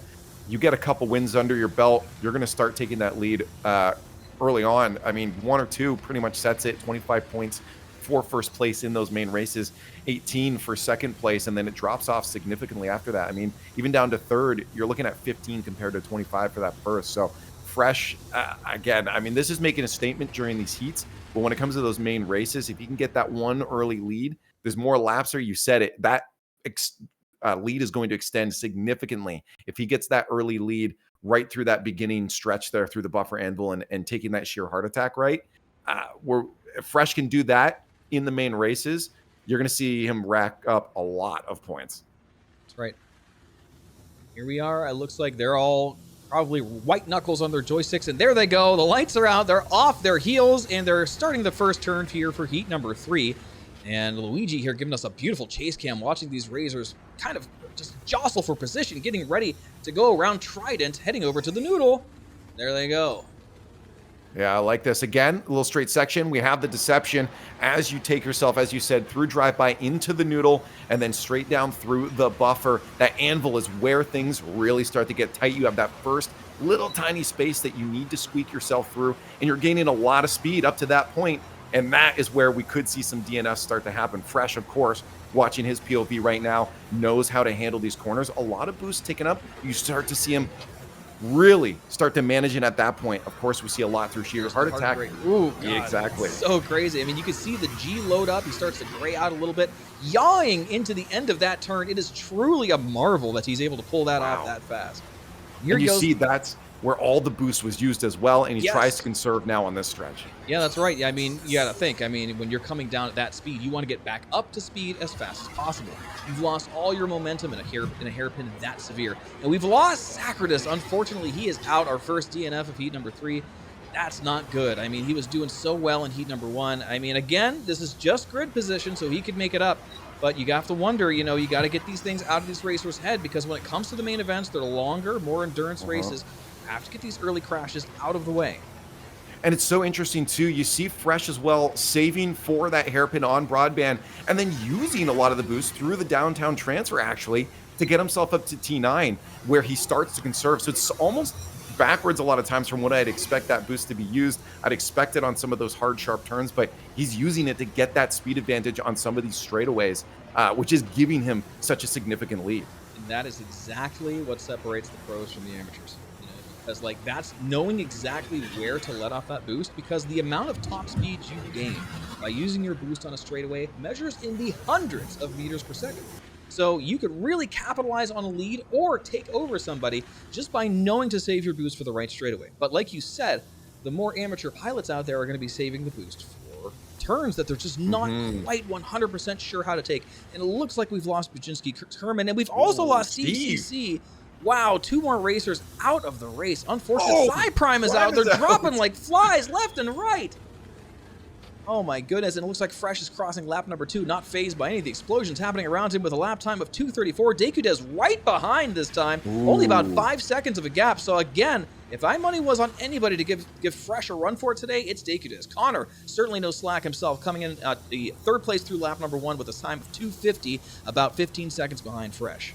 Oh, no, I'm loving this, and I'm watching Deku's perspective as well. He's locked on. I think he may have lost control of the ship, too, but he it was really cool. He was locking on, just saying, hey, I'm behind you on Fresh as well, and saying, watch out, I'm here, and I like that lock on. But, yeah, I think Deku then lost control immediately after, if I'm looking at this right, and Fresh now is going to have just a clear run by himself. He's out there with, I think, almost no one left on the track, just a couple. you don't want to think that it was the lock-on that did it, but it's happened to me. I have been like, the second you take your focus off that TV eye suddenly, and you press a different button on your keyboard, you're reaching over to hit the targeting button, and you maybe you look away for half a second. That's all it takes. That's all it takes to go tumbling sometimes. So, but at the same time, like you said, targeting somebody, getting into their head, knowing that they're targeting you, there might be some credence to it. It's never worked out for me. So hopefully, again, that wasn't what did Duke it is in there, but maybe he can make up some of this gap. But again, we're looking at grid position here, folks. I don't think taking second place in heat number 3 is going to hurt him much, but as we get closer to heat number 5, it's time to start analyzing your opponent, right? At this point, if I were racing, I would be looking at what they're doing and when. Because when it comes to the main event, I'm going to want to capitalize on it. I've done that so many times to pull out a W because I'm looking and seeing, okay, this is where I'm faster than them on this turn. I'm going to be saving a little more boost here each lap. And by the very end, I want to use this as my overturn. These are the things that are going to be going through the more professional racer's head as they're watching their opponent, planning an overtake, planning a way to secure a victory, or at least make it a little more difficult for their opponent to blow them out of the water. I'd love to see on our next heat the perspective from Deku, because I want to see those small little differences that, as you said, that we're going to be seeing between these racers. Something that Fresh has above everyone else is these perfect timings on when to use that boost. The boost management is on lock. I want to see those small differences that's allowing a little bit of push ahead of these racers like Deku, who are so close. And we saw that first lap was only a 5-second difference. Yeah. It was so close compared to those minute differences we were seeing on heat 1 and 2. Heat 3 was a much tighter race, and Fresh again on lock finishing this heat, but it was close. I mean, Deku was right there. Yeah, and you can that just goes to show you that these guys are getting more comfortable. The gaps are closing. They're starting to get more comfortable at where they are in their racing, what their skills are, what their strengths are, and they're going to be using it to their advantage. It looks like Connor has overtaken Deku to take second place this time. Well done, Connor. Deku, you know, you said he tumbled. He might have lost a piece of geometry. He might have lost a wing or something, and that'll slow you down a lot in a race. Yeah, I'm sure Deku again is looking at this and cursing the skies. You know, it was such a close first lap on heat 3 for Deku. You're like, I'm right behind Fresh, the player that is there to watch. This is the racer everyone's got their eyes on, and I'm right on his tail. You got to be a little frustrated that the rest of the race didn't quite keep up. Now you're looking at heat 4. You only have one heat after that to really make sure you're locked in. So heat 4, I'm really hoping to see a lot of those small little things on Deku change, because I love that Connor's in the race too. But again, a lot of people shouting out Deku, and I'm loving how close that actually was. I want to see this a close competition. And this is actually, you know, a lot of people are thinking like, oh, now we got to wait for the stragglers. That's not how I look at this part of the race. This is actually one of my favorite parts to watch here, because right now we're watching racers grow before our very eyes. Dude 3D here, one of the newer up and comings to the scene. These are places I've seen racers like Connor Riznik and Dekudez not too long ago. Watching them, you know, bring up the rear of the pack and suddenly start bringing it forward. You know, watching these racers, you know, grow from these non-podium positions to suddenly giving everyone a run for their money. I love watching these racers start learning the mechanics of the game and becoming the next top racers in Star Citizen. And I think Dude 3D, with his dedication and his, you know, showing up to a lot of these events, is going to be up there one day. I love that finish line too, because I mean, we even saw it before with, I believe it was, I think it was Sacredus on the finish line. Crashing. we had a cross and a crash. I love that there's one little bit that this track has to give to the racers by the end of it. It's like you think you're on that final stretch, and it's like, I got one more trick up my sleeve. You got to make it through this center mass finish line. And I love how daunting that ending is, because as a racer, you know how close you are to finishing, but you know you have that one more obstacle you got to get through, and it's that small extra mental hurdle by the end of it. You call this the Opus Magna, I don't know. Magnum Opus. Magnum Opus. That's a little backwards. For Speedweed, and I absolutely agree. I mean, obviously I have limited knowledge on a lot of the rest of the tracks, but already looking at this track, it's just when it comes to the psychology of it too, it really feels like it has a lot of personality. This track was set out to make people sweat and get in their own heads. And I love the way it's laid out. And the fact that we see Fresh dominating this track and saying your mine is such an incredible story to see. That's right. And here we are with our results for heat number 3. Like you said, there's Fresh at the top there. And again, you know, we're seeing 20 seconds between first and second place like we have for the other two heats. But That certainly was not the story at the end of lap 1, so anything can still happen here. Watching these racers starting to learn this track sort of right before our very eyes and getting better at it as we go. Connor Risnick coming in at second place with a 5:38. We got Dickadiz with a 5:40, almost flat, a half second there in between, and then Dude 3D bringing up fourth place. Again, he's not dying. So if this were a main event, Dude 3D having fourth place twice in a row, he's got more points on the board than all of our racers who have DNF. So there's absolutely nothing wrong with what I'm seeing here. You know, he's taking what I like to call the Herbie approach when it comes to racing, and that is slow and steady does indeed sometimes win the race. If it doesn't get you first place, at least you're bringing home something. Yeah, I mean, again, as we talk about this, of course, we're watching fresh. We're saying, hey, this is the guy to beat. But at the same time, these races, especially for racers that are maybe newer or still trying to make the climb, develop their skills, finishing the race is a massive personal accomplishment, especially on a track so challenging like the Speedway. Because so for Dude 3D, I'm happy I finished. I'm happy that I'm progressing. I'm now in fourth for grid position. I'm set up in a position that maybe I can watch that racer in front of me, see how they're taking these next turns. I'm learning, I'm absorbing this information. So for Dude, absolutely, this is a success. This is an accomplishment. And because you still have 2 more heats to get through. You got 4 and 5 before we get to those main races. A lot of practice, a lot of information gathering, and huge success. And longtime viewers of my show will know that I say this a lot. Your biggest competition is you. It's you. You are trying to beat the past version of yourself all the time. And you know, it doesn't matter if you're finishing last place in this race. If you finish better than the last time you raced this race, you have won against yourself. And that is the only way you're going to start winning against other people, is if you start beating yourself first. So again, personal growth is huge here. And this is an exhibition race. There's nothing on the line. Look, guys, like the bragging rights today. That's it. There's no prizes. This is a laid back, not a lot of people participating. This is not the Stanton Cup. This is an exhibition, you know, so we're using this as a big learning experience for us for the bigger events coming up later this year. And certainly we're not, we're not looking down upon the racers and all their accomplishments today, but this is when, if I were racing, knowing there's nothing really on the line except for bragging rights, this is when I'd be trying things. This is when I'd be trying to grow myself as a racer and become better for the races that are a little more on the line, you know? So, again, we're not saying that just to be like, oh yeah, this doesn't matter, because it certainly does. I mean, it's fun to watch. You do want to beat your competition. And I'd love nothing more than to see the underdogs come up and give fresh run for his money today. But at the same time, use this opportunity, guys. You're here, you're having fun, you're joined in, nothing's on the line. Become the racer of tomorrow. That's what you should be doing today. Right. Well, look at that. That was inspirational. I'm going to start racing. You should. Everyone should. I mean, I'm putting my game on the other screen. I'm joining. right now. No, I mean, another thing is that racing also benefits every gameplay loop in the game. So even if you're a cargo pilot, you're a combat pilot, you're a bounty hunter, you're a guy who just make likes you a better to pilot. look. It's right. Yeah. Getting from A to B as fast as possible is beneficial no matter what you're doing. So I always recommend to anybody who maybe just has a toy M50 gathering dust in their hangar, take it out for once in a while, you know? Go to scr.gg, try to beat a time trial, try to at least beat your own personal best, and you will increase your chances of survival in the verse. You will become more comfortable with your ship.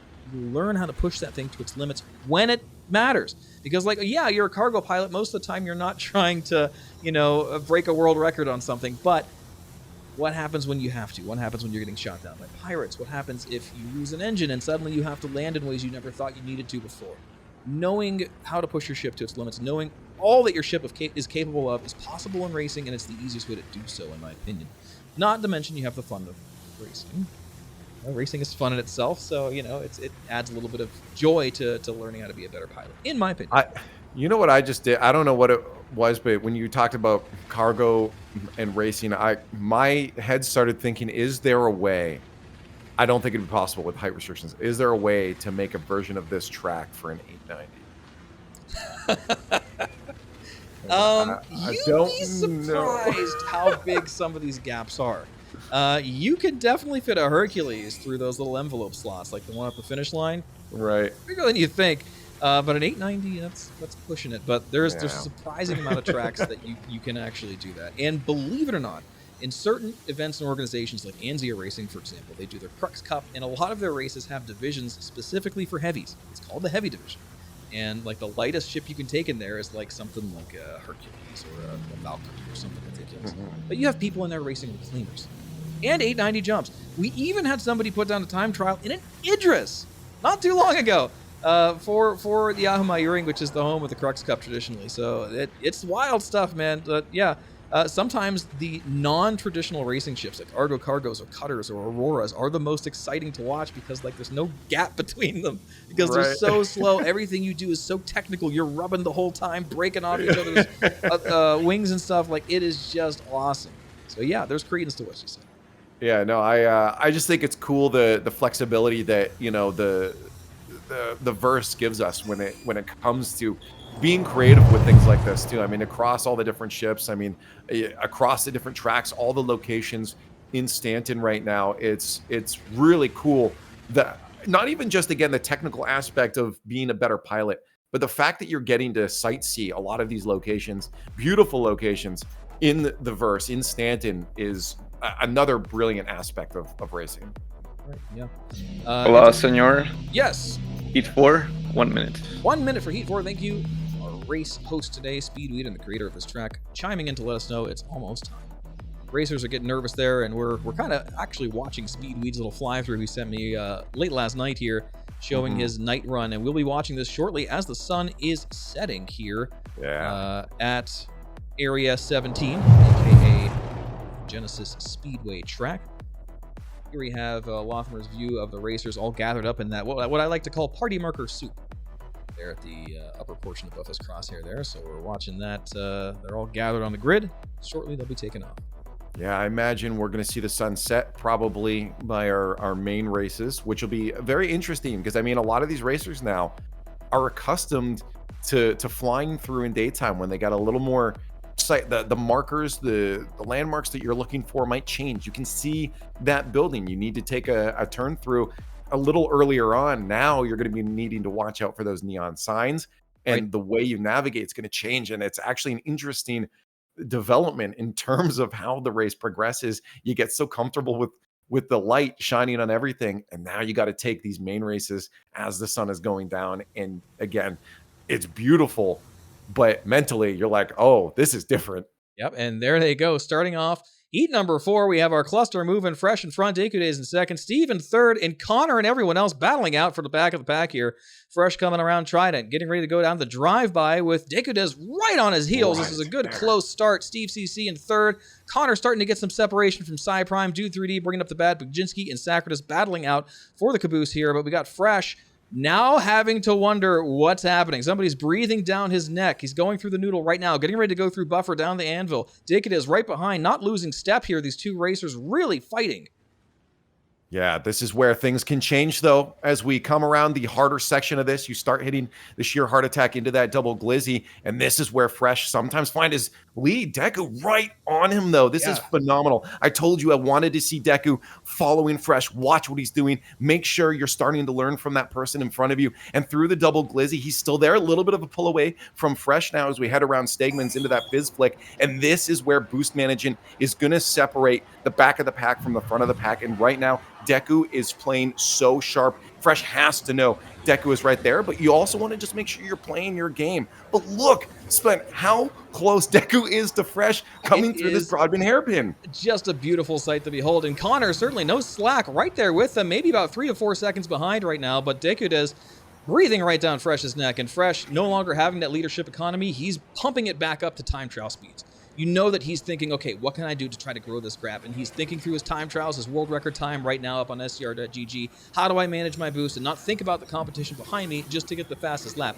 Decudes has the harder fight right now, having to sort of ignore where Fresh is and focus on the TVI, focus on the lines, and just try to push them as hard as possible, not quite worrying about Fresh until literally you're about to collide into him. That's always the struggle. And we say this a lot in racing. Don't watch your competition. Watch your TVI. Watch where your ship is going, because otherwise you're not going to be able to stay on those straight lines and actually plan an overtake properly.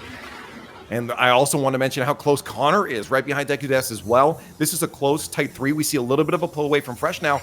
Deku not moving now. I'm good. kind of concerned if he Oh, started to and push he's himself a little too He hard. pushed too hard, and he's out. Deku does with a collision DNF that puts Connor firmly in second place. And again, guys, we're fighting for grid position here. This isn't the main event, so Deku is thinking, he's analyzing what just happened. How could I avoid that for the mains? We got 2 races away until we start main number 1. Fresh coming through with another 233, consistent as hell. Last 3 first laps of the heats, he had a 231, a 234, and this is a 233. So it's been unbelievable how consistent he is. You can tell he's put in the time to be able to do this just like he does his time trials. Unbelievable.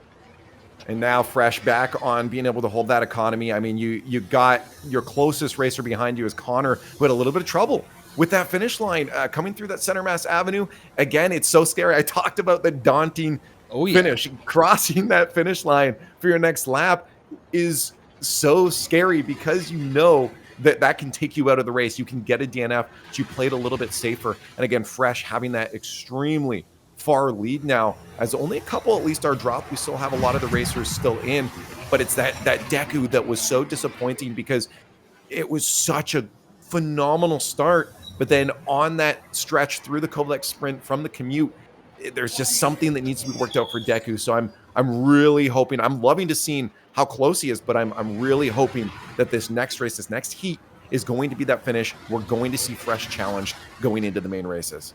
That's right, yeah.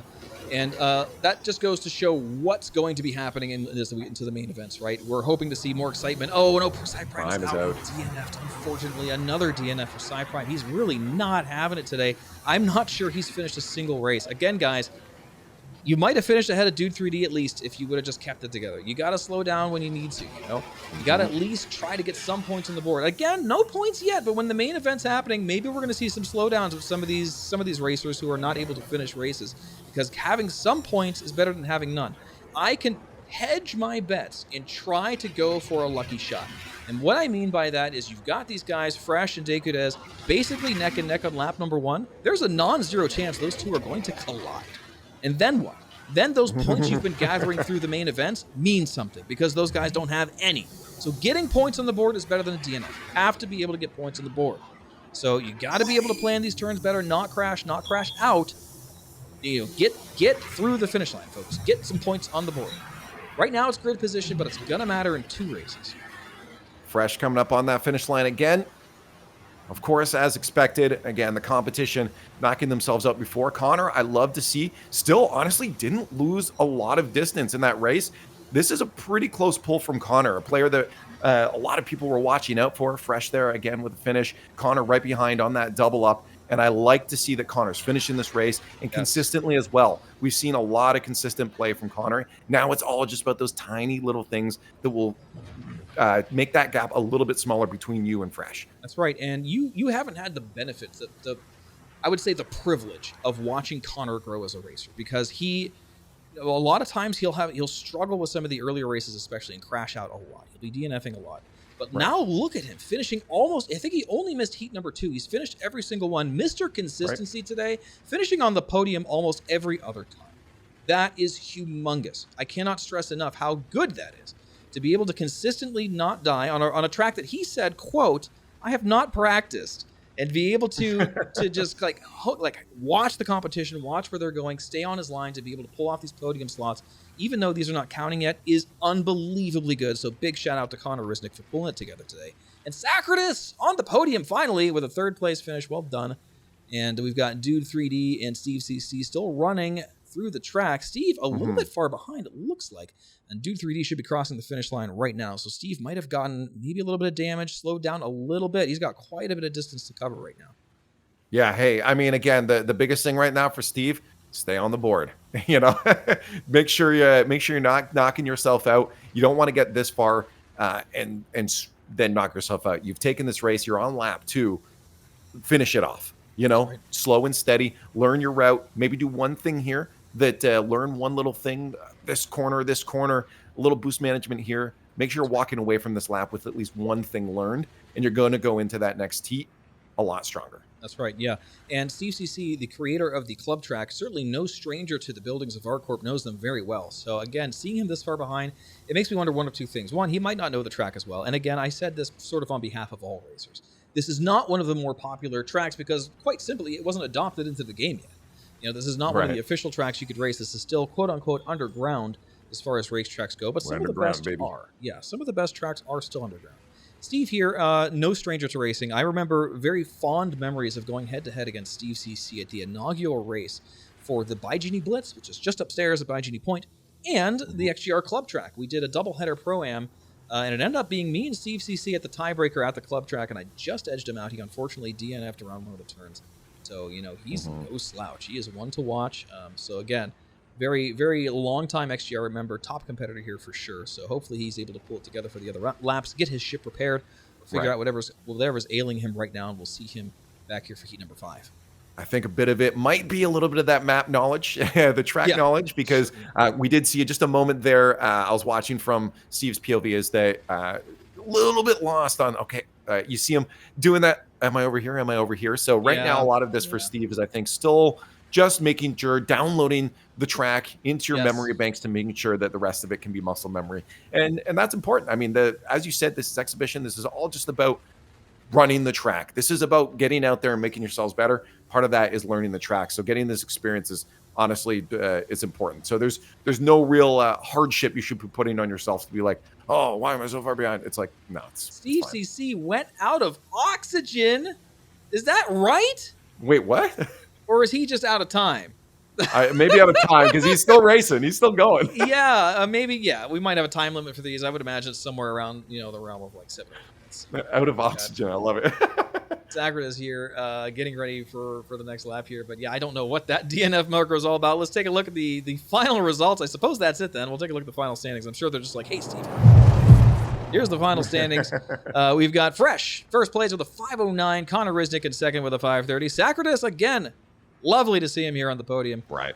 With a 6 minutes and 10 seconds. And Dude 3D with a 6:27. Once again, fourth place. Dude 3D, huge freaking shout out, dude, for pulling it together today and finishing very consistently. If you do that in the main events, you got points on the board. You have a chance just from consistency of finishing podium.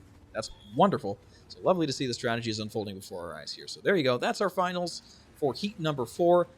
Next up is the big one. And we're going to take a short break here, run to the commercials, but this is the one for all the marbles. Heat number 5 coming up next. That's going to be our grid positions for the main events. We'll see you guys then. A relationship that has been cultivated since humanity first reached for the stars. In the 9 centuries since, there's never been a freer being than a pilot behind the controls of their ship, pushing the envelope of what flesh and steel can achieve together.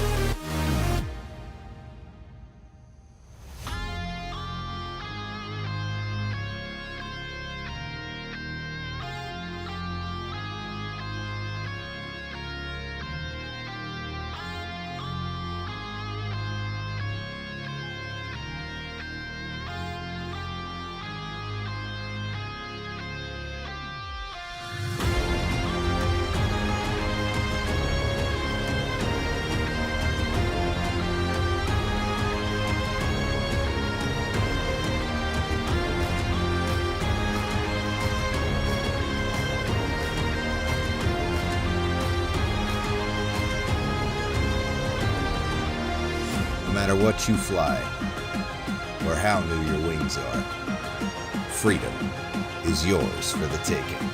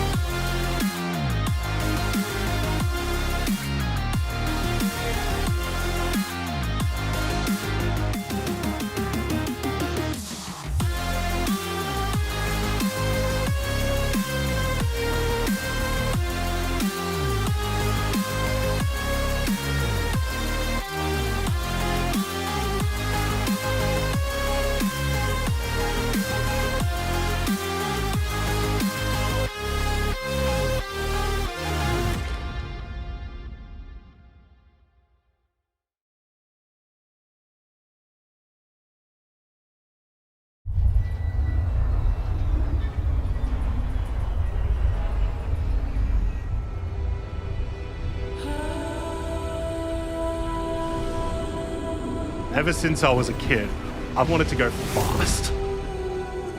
It's not about just a hairpin or two. It's really about that sequence and finding the potential of the thing I'm controlling. Being in the cockpit, you start to forget what your body's doing. You become one with the machine.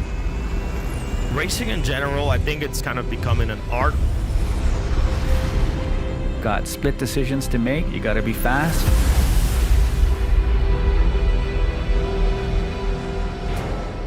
Racing is one thing, but racing when you know your reputation is on the line, the money's on the line, you got something to actually bring home. That's the races I gravitate for. The big ones, the high stakes. Racing is just as much as survival as being fast. What wins the race? It's the pilot. It's the ship. The ship. It is 100% the pilot. Always the ship. It's definitely the pilot, man. You're the one maneuvering and moving it. The best pilots are so close in skill level that a different ship can change the game.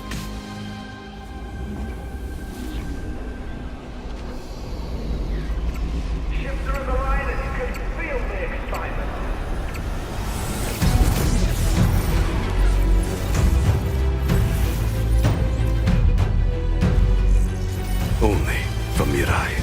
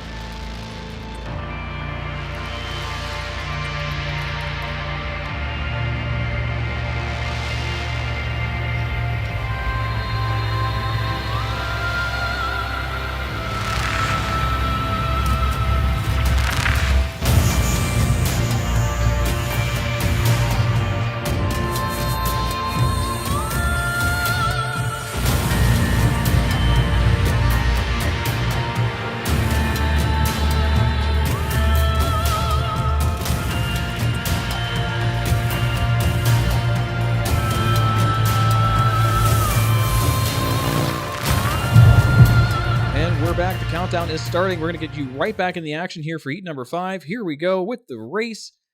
Coming up, this is the one for all the marbles. This is the grid, and look at that beautiful nighttime cityscape. Or at that beautiful art. So, we've got our cam here from Lothamer, and we've got our party marker soup down there. They're getting ready to go. Yeah, this is a big one. We talked about Heat 5. This is the last of the non-points races. This is where you get your grid position set for the rest of the day. We do have 3 main races. Each of those are 4 laps as opposed to the 2 that we had during these heats, but those grid positions are locked in after Heat 5. So where you finish here is where you race from here on out in the rest of those main events. So a massively important Heat 5 here. I know the first 4 didn't matter in terms of points or anything, but this Heat 5 absolutely matters because this sets the stage for what you're doing going forward. Yeah, and not only that, I think the first 4 heats, if or anything, were practice. And there they go. They're getting off the starting line, moving down the track now. We've got, looks like Fresh still in the lead. We got Dekudez right behind, Connor Rizdick in third. No surprises there. We got Bajinski and the rest kind of fighting it out for 4th place. It's interesting to see that big cluster back there. I think that's where all the excitement is right now as Fresh starts to pull ahead. Dekudez needs to catch up, but I have a feeling he's going to have a few tricks up his sleeve to try to solidify his 2nd place spot at the very least going into the main events. We've got the point of views here for Sacratus and Steve CC. Again, the back of the pack here where all the action's happening. Look at all the markers in front of Sacratus. He's got his work cut out for him. Steve CC right in front of him there on the right side. And you can see in front of Steve, we've got Connor Riznick and looks like Dekudez and the rest all up in front. So, yeah, this is where the action's happening right now. Let's see what's happening with Steve as well. I'm curious to know what his strategies are after coming off of that last heat. Yeah, I mean, see Steve even taking some incredibly risky turns. Very tight, yeah. Right, coming into some of these straightaways, and I like that though because for Steve, I think this is just a good chance to push what you can do. I mean, you have to, right? Oh no, we do lose someone in our E5. Oh no, Connor's gonna have bad grid position for the main events. That's unfortunate. He's down but not out. I mean, he has the skill to be able to make it. Darn, he's out. And now, yeah, so that leaves Dekudez with a pretty clear shot at 2nd place, Connor being the biggest competition he had. And you can see, looking at Steve CC's cam there, you saw Dekudez and Fresh right on top of each other. We can get back to Lothamer's cam and see where they're at, just to know where they're at right now. Yeah, so there they are, yeah. Dekudez and Fresh. Wow, look right on top of each other. He brought that gap down. This is going to be exciting to watch. Who takes the pole position going into the main event?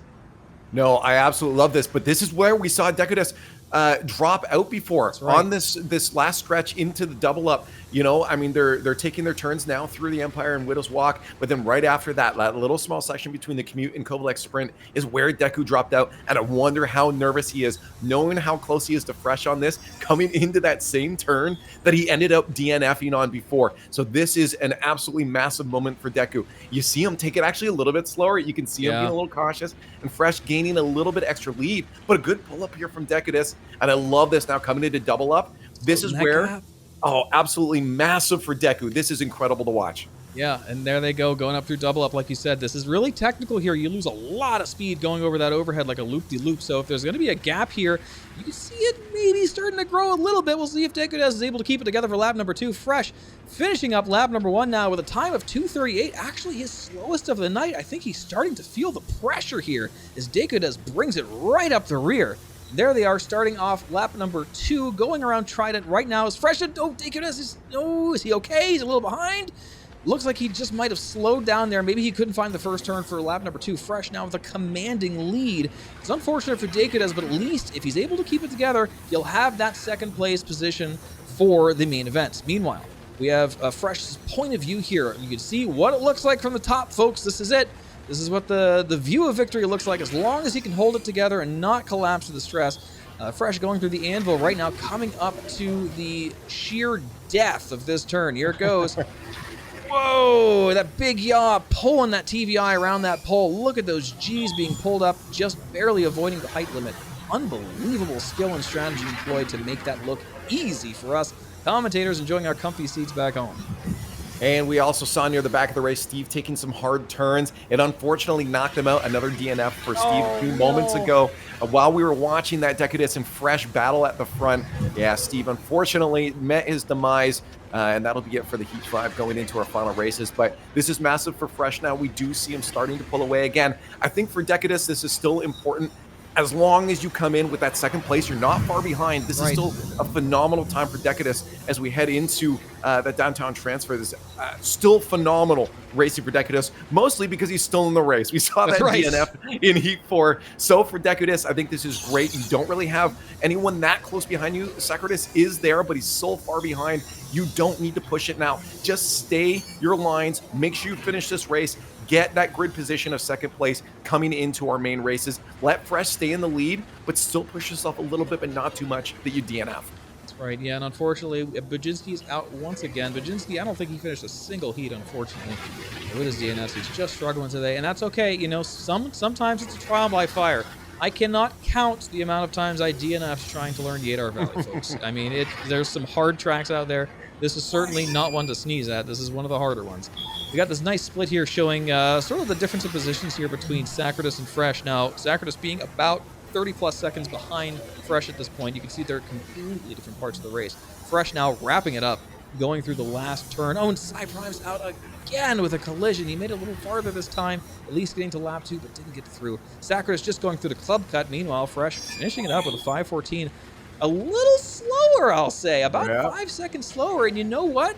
That conservativeness, you can tell that you know this one's for the marbles, right? You know you at least want to get first or second on the grid. You know you have the capabilities. You're not necessarily pushing it as hard because, let's be honest, all the races up to this point didn't really matter. This is the one. And Degodes solidifying that second place. He's set for the 3 main events. 3 main events? Yeah, 3 main events coming up. So he's all ready to go.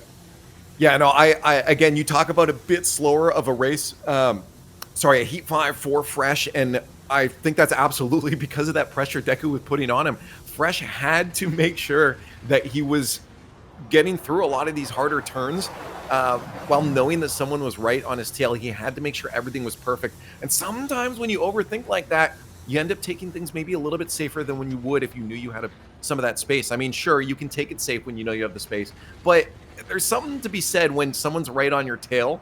It'll make you overthink things a little bit, you know? So I think Degodes' pressure there, I think, allowed a little bit of a slower race from Fresh. But again, you're right. It's about being safe. Now Fresh has that first position when it comes into the rest of our main events. And chiming in from the chat, we've got Prime Chris and Semper Prime sending their shout-outs to Cy Prime. All the Primes sticking together here. Rip the Primes today. Rip the Primes today. Unfortunately, Cy Prime. Hey, Cy Prime, you've got people in your corner.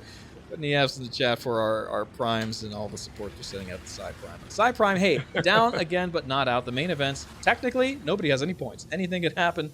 So much at stake here for the last 3 races of the day, the 3 main events. It looks like we've got, that's it. That's it. We're done with heat number 5. The timers are over. There's our final standings. Let's switch over to that scene and take a look at our current standings. We got Fresh in first place for heat number 5 with a 5:14. His slowest time of the night, but first place nonetheless. Degodes with a 5:32. Thankfully not DNFing, so he is on the board. And look at that. That's actually the smallest gap between Fresh and second place of the night. 17 seconds. Right.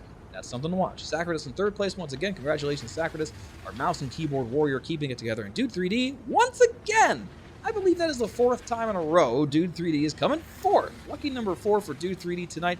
We'll see what that means when we get to the main events. So that's it. Man, what I mean, we haven't even started yet. This is like just the beginning of this. And man, it has been such a joy to watch. Again, big shout out to Speedweed here, because this track, it has a personality of its own. You know, it's biting where it bites. Look at that guy down there with his fists up. Boom. That's one of the holograms there for the what used to be the XGR club track is now the skyscraper. Again, these tracks sort of are intermingling with each other, but that's one of the official decorations CIG has added here for the skyscraper, the neighboring track of the Genesis right there. You have to fly through him. It's kind of actually that's wild. intimidating. Yeah, it is. And then you got this lady here. They added this, I believe she's a Kelto RX advertisement or clinician there standing at attention watching the starting line there for the skyscraper track. So yeah, beautiful R-Corp now showing its true colors. No better place to see it than right now in the dead of night. And I believe we're going to be taking about a half-hour break here-ish. The racers all have to kind of get ready to sit down for a while, because these main events coming up, these were long races, right? 5 minutes each. These main events are twice that. So these are going to be some big endurance tests. It's going to be interesting to see, now that all the quote-unquote shorter races are done, how these long races will affect these guys after all that practice. So, yeah. Leaf, what are your thoughts so far on, like, this is your first big racing event in Star Citizen, your first commentating in Star Citizen. What do you have to say about racing in Star Citizen? I think it's super fun. I mean, you get these small bursts of extremely fun action, and then I was mentioning it before when we were off there. There's so much history to the racing community and what you guys have been doing for so long that we can dive into that. We can talk about the stories. We talk about how not even is it impressive for the person doing the best, but how fun it is to watch the growth of some of these racers that may be pulling up the back end. Even if they're getting DNFs, it's still fun to see the progression. Okay, you didn't make one lap, now you made a lap this time. Now you got further on that second lap, even if it is a DNF. Again, seeing Dave pull up that end, even if it's a plus 122 on your first place, who cares? That's You're right. getting consistent placements and finishing the race. And that is an accomplishment above so much of the Star Citizen it's above community in general. half the race. I mean, if you're Right. finishing above half the racers who are all DNFing, guess what? Like that's enough to say I beat half the people here, you know, just by staying alive. Not even just about that you're beating half the people here, you're beating so much of the Star Citizen community in general, because the people that are coming to these events and racing these events are going to be a step above most of the pilots in the verse. Yeah. So you're already competing against people that do this often, that race often, and you're getting those finishes on these races, and specifically a track, the Genesis Speedway, that is so unforgiving and deceptive in so many of these sections of the track that I think it's really incredible to watch some of these players grow. But then I love talking about the players and their growth, but I still have to say it's so phenomenal watching Fresh at the front, and the fact that Deku's starting to challenge, but the fact that the Fresh is so strong on a track like this, and we're seeing a different level of boost management when it comes to this racer through some of these difficult sections. I mean, the fact that the boost is being used on straightaways like the double glizzy or through downtown transfer rather than on some of these things like the sheer heart attack, because Fresh just knows how to take these corners, is really fun to see that potential that the other racers could get up to. There's a whole different level of strategy, which I would say, let's call it, you graduate from the days of saving your boost for all the turns and then learning how to capitalize on the straights. It is unbelievable how much time you save on the tracks. Now, again, you're trading safety for performance.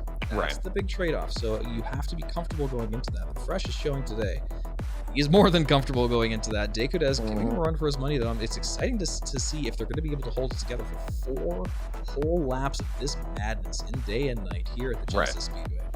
I think what's also cool is for Decadus, this, because you're that much further, if you were racing by yourself, you're only just pushing yourself, which is good. You're going to get better and better times every single time. But the fact that you have a player like Fresh just out of reach of you, I think is giving Decadus a little bit of motivation to push you a little harder than maybe you would have before. And it might be, I mean, that little, you might not be beating them yet, but Fresh is making you better. And Decadus is learning probably so much from these races right now that I imagine there's going to be some really incredible head-to-heads. The fact that we still have 3 more main events, sort of 4 laps each, sure, it's going to be scary because you have 4 laps that you could DNF, but you also have 3 more chances to push yourself, at least on one of those, because your position is locked in. Decadus doesn't have to worry about a DNF knocking him to the back of the pack. You get to start that next main event in that same position, in that same grid position, and you can then try again for Fresh. And if I was Decadus, I imagine I would be saying I want at least one of these races to be ahead of Fresh, even for a moment, and that would be my small little victory. So I'm really hoping we get to see that storyline play out. And here's a little tidbit I kind of glossed over and forgot to mention. Deku is a mouse keyboard racer. Oh, okay. So our biggest competition for the favorite today happens to be on the old board and sword, if you know what I mean. So, yeah, that's the Socrates and Deku. Our second and third place favorites right now are both mouse keyboard racers, and they are kicking ass. So that is awesome to see. I asked you about that before, what the preferred control scheme was, because I in my opinion, the most immersive experience is flying with your sticks. Like, I'm there in the cockpit and I'm flying the ship, right? But the game is wonderful in the fact that it's balanced, that you could go and play on KBM. I mean, you don't have to have this investment into making your setup so nifty. You can just play with what a gamer usually plays with. Again, I'd be interested to see if people do pull out a controller and try to race, but it's really probably be okay. I think you don't have to stay on pips. You have to stay on your TVI. So a controller might not have the accuracy of mouse, keyboard, or joystick, but at the same time, it's probably comfortable. I mean, as far as like an ergonomic standpoint goes, it's probably the most comfortable thing there is. Yeah, so me struggling to keep my shoulder from being ripped when I'm using the sticks, and people getting carpal tunnel using mouse and keyboard. Those controller folks are laying back in their comfy chair and just blowing away world records. So yeah, you never know. So there you go. We have Semper Prime chiming in on this. I'm in the process of switching. Have broken my keyboard and mouse muscle memory, but not quite got it on Hostess yet. Hostess, of course, for the uninitiated, standing for hands on stick and stick. It is painful. I went through the same thing. I started on mouse keyboard back in my 2015 to 2017 days, and right about then I bought my first pair of sticks. It was the Thrustmaster T16000 Ms, And Yep, that's what I started with But it took too. me, Yeah. oh God, months. I mean, like literal months of just sitting in Arena Commander racing with those sticks to be able to just fly with them consistently at the same level I did with the mouse and keyboard. So yeah, Semper Prime, I feel your pain, but hey, again, I said this earlier, but for those who weren't here earlier today, I harp on this so much. Pick whatever is fun. Pick whatever you're going to be comfortable with. Don't worry about the competitive advantage, because like you're seeing here today, not as much as you think. Not maybe at all. A mouse, keyboard, a controller, joysticks, your steering wheel, your yoke, and your pedals, man. It does not matter. You can get good Maybe with Guitar whatever you Hero want. controller. Maybe Guitar Hero controller. You can get good with whatever, but just get comfortable, because these guys who are blowing it away today, the hours spent doing what they do, the time lost to being one of the top competitors in the world is unreal. I can say that from experience. You're losing your life to this. You definitely want to be comfortable. You want to be very ergonomic. Yeah, no, I think it's, again, cool that right now every control scheme is completely viable. Maybe as people get, we see someone like Fresh min-maxing everything, maybe it turns out a joystick input like a controller or your sticks gets you that little fine touch that you need. But again, right now the size of these tracks and the way that this game is, those small things are going to be years and years away. I mean, we're going to see the skill ceiling continue to rise. Maybe we get to that, but I can imagine that would be years out. So I agree with you right now. Play with what is best and most comfortable to you, because at the end of the day, we're racing, and racing is fun, and you got to have fun. If you're not having fun, what are you doing?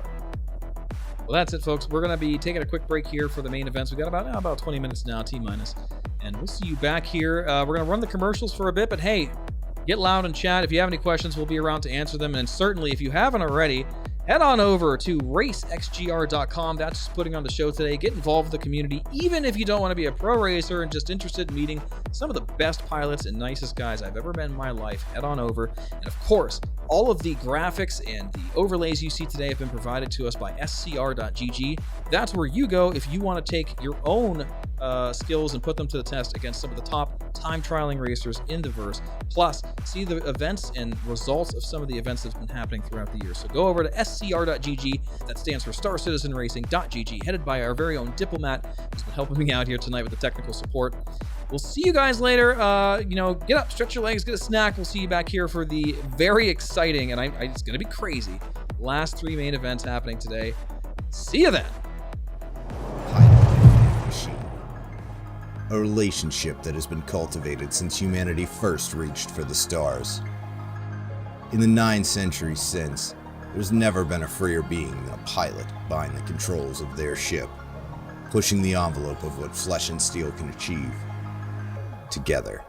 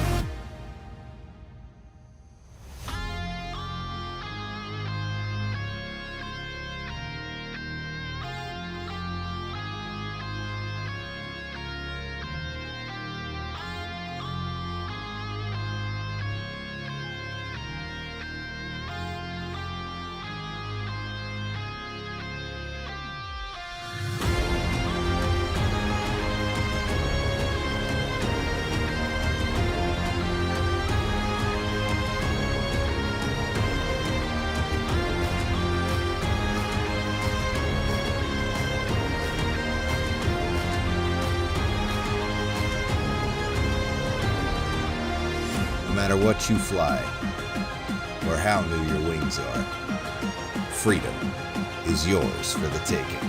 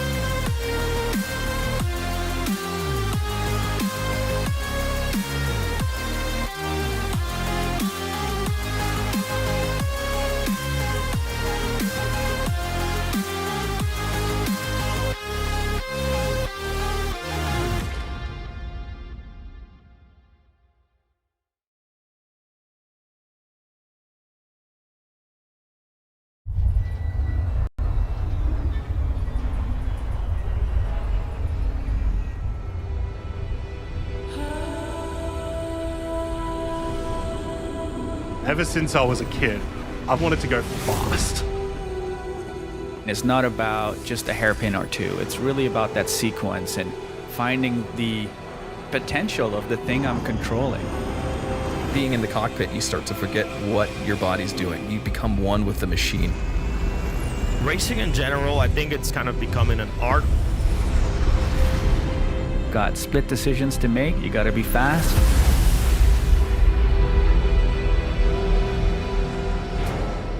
Racing is one thing, but racing when you know your reputation is on the line, the money is on the line, you got something to actually bring home. That's the races I gravitate for. The big ones, the high stakes. Racing is just as much as survival as being fast. What wins the race? It's the pilot. It's the ship. The ship. It is 100% the pilot. Always the ship. It's definitely the pilot, man. You're the one maneuvering and moving it. The best pilots are so close in skill level that a different ship can change the game.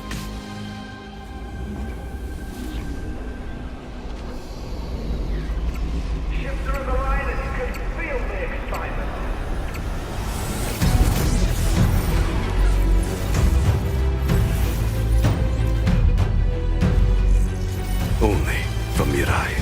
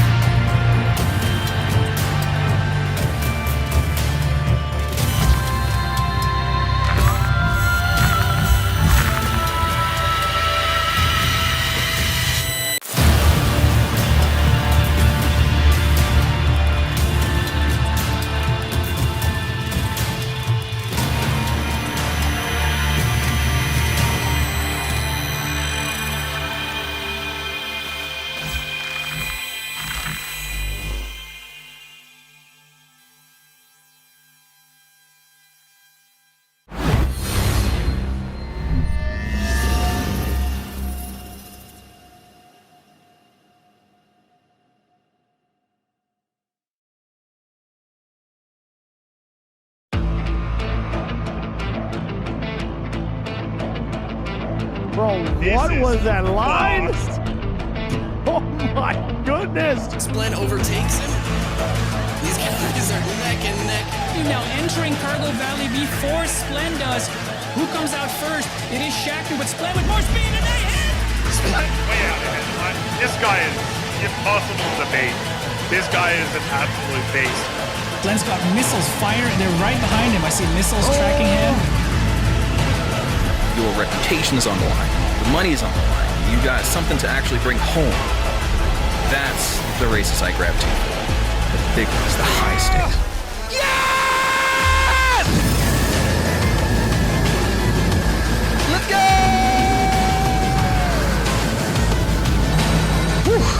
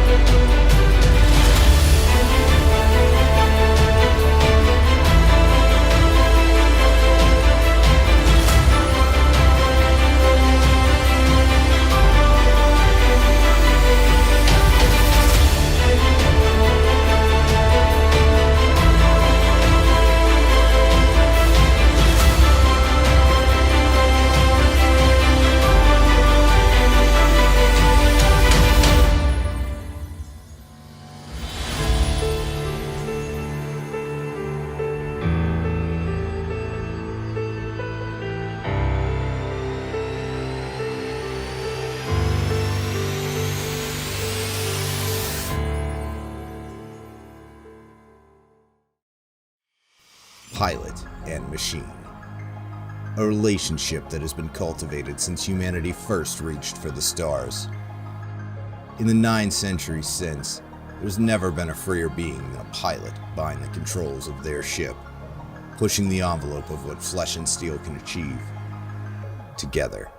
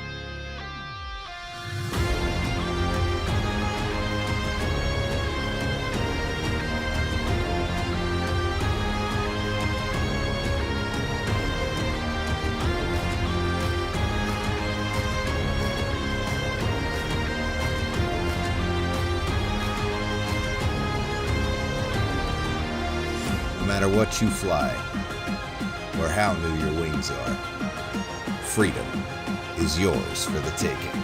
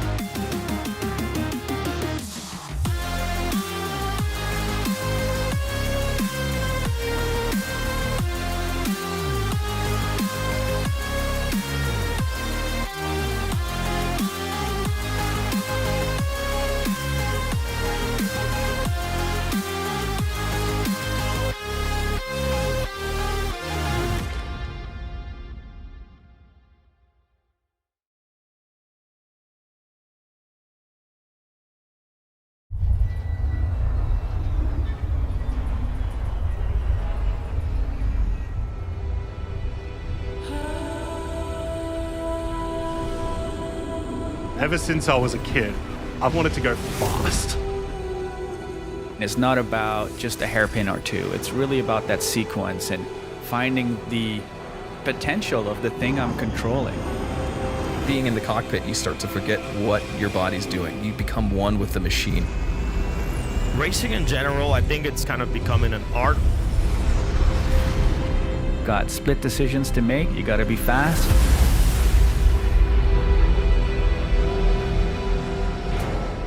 Racing is one thing, but racing when you know your reputation is on the line, the money's on the line, you got something to actually bring home.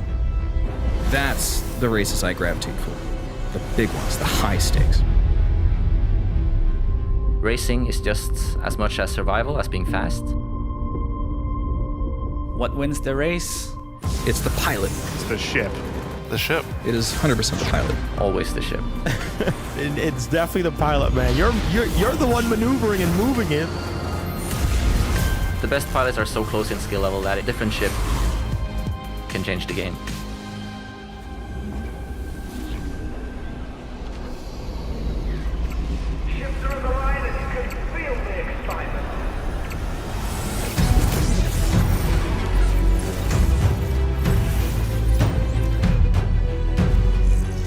Only from Mirai.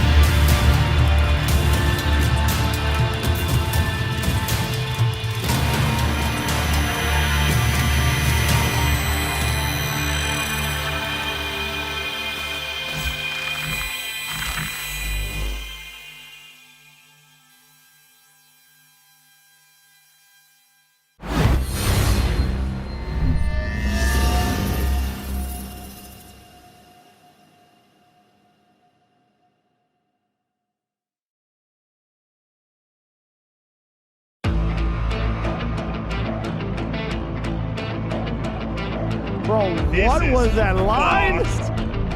Oh my goodness! Splen overtakes him. These guys are neck and neck. Now entering Cargo Valley before Splen does. Who comes out first? It is Shackner with Splen with more speed and they hit! Splen way out ahead. This guy is impossible to beat. This guy is an absolute beast. Splen's got missiles firing. They're right behind him. I see missiles tracking him. Your reputation is on the line. The money's on the line. You got something to actually bring home. That's the races I gravitate for. The big ones, the high stakes. Yes! Let's go!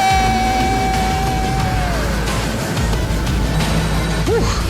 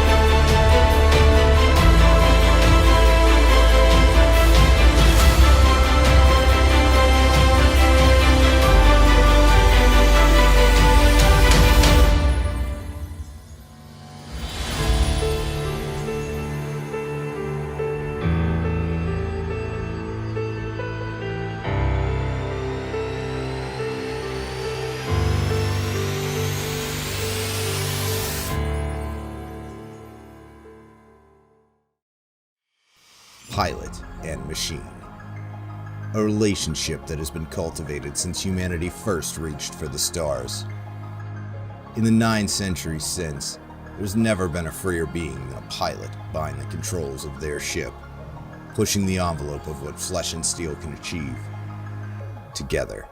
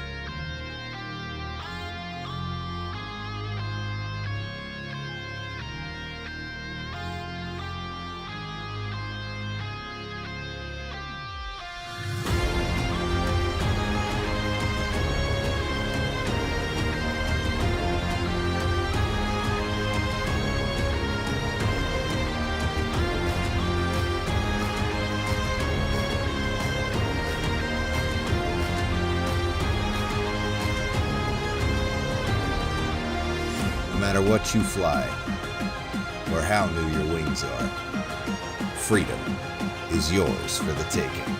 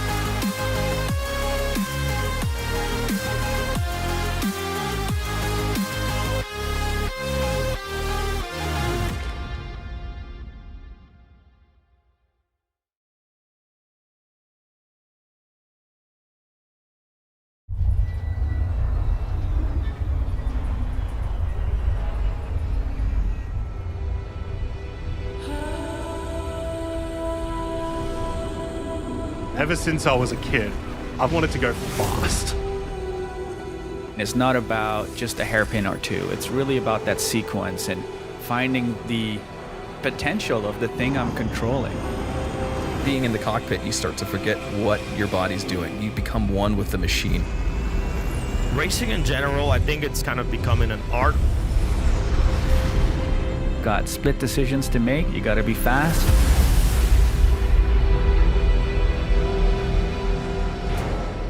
Racing is one thing, but racing when you know your reputation is on the line, the money's on the line, you got something to actually bring home. That's the races I gravitate for. The big ones, the high stakes. Racing is just as much as survival as being fast. What wins the race? It's the pilot. It's the ship. The ship. It is 100% the pilot. Always the ship. It's definitely the pilot, man. You're the one maneuvering and moving it. The best pilots are so close in skill level that a different ship can change the game.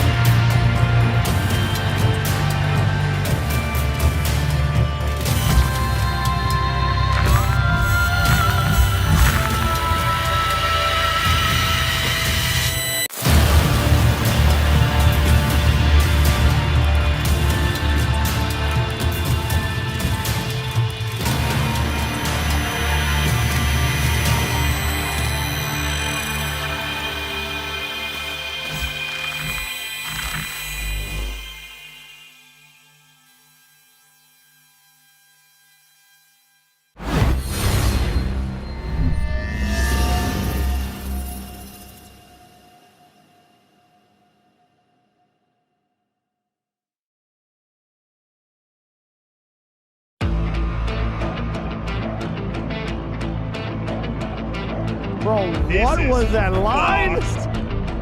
Oh my goodness! Splen overtakes him. These guys are neck and neck. Now entering Cargo Valley before Splen does. Who comes out first? It is Shackner with Splen with more speed, and they hit! Splen way out ahead. This guy is impossible to beat. This guy is an absolute beast. Splen's got missiles firing. They're right behind him. I see missiles tracking him. Your reputation is on the line. The money is on the line. You got something to actually bring home. That's the races I grab to. The big ones, the high stakes. Yes! Let's go! Whew.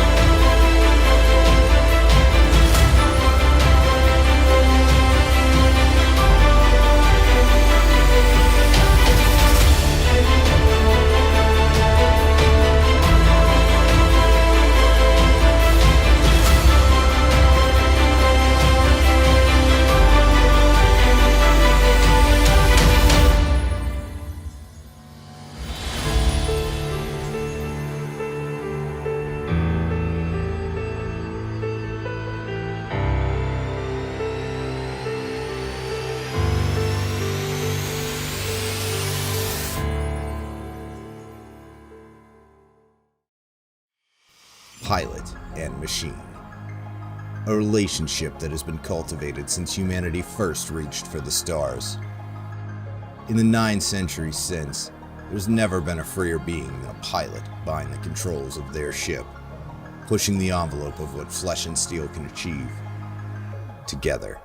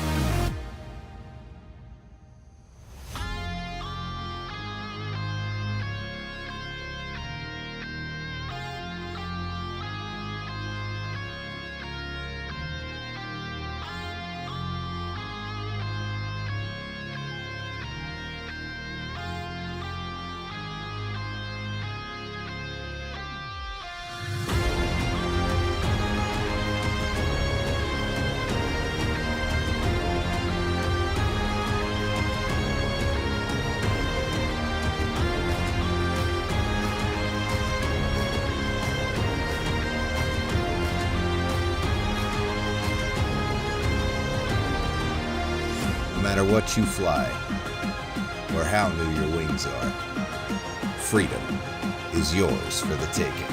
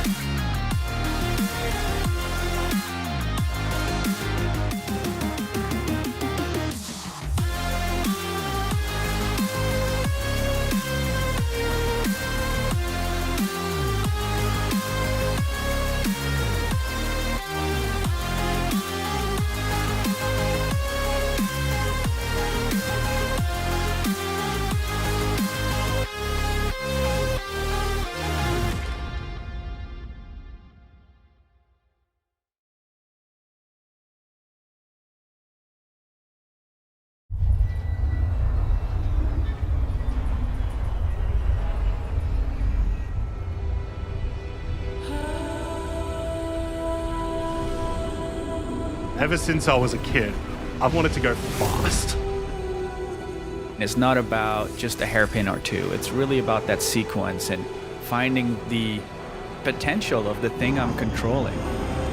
Being in the cockpit, you start to forget what your body's doing. You become one with the machine. Racing in general, I think it's kind of becoming an art. Got split decisions to make. You gotta be fast.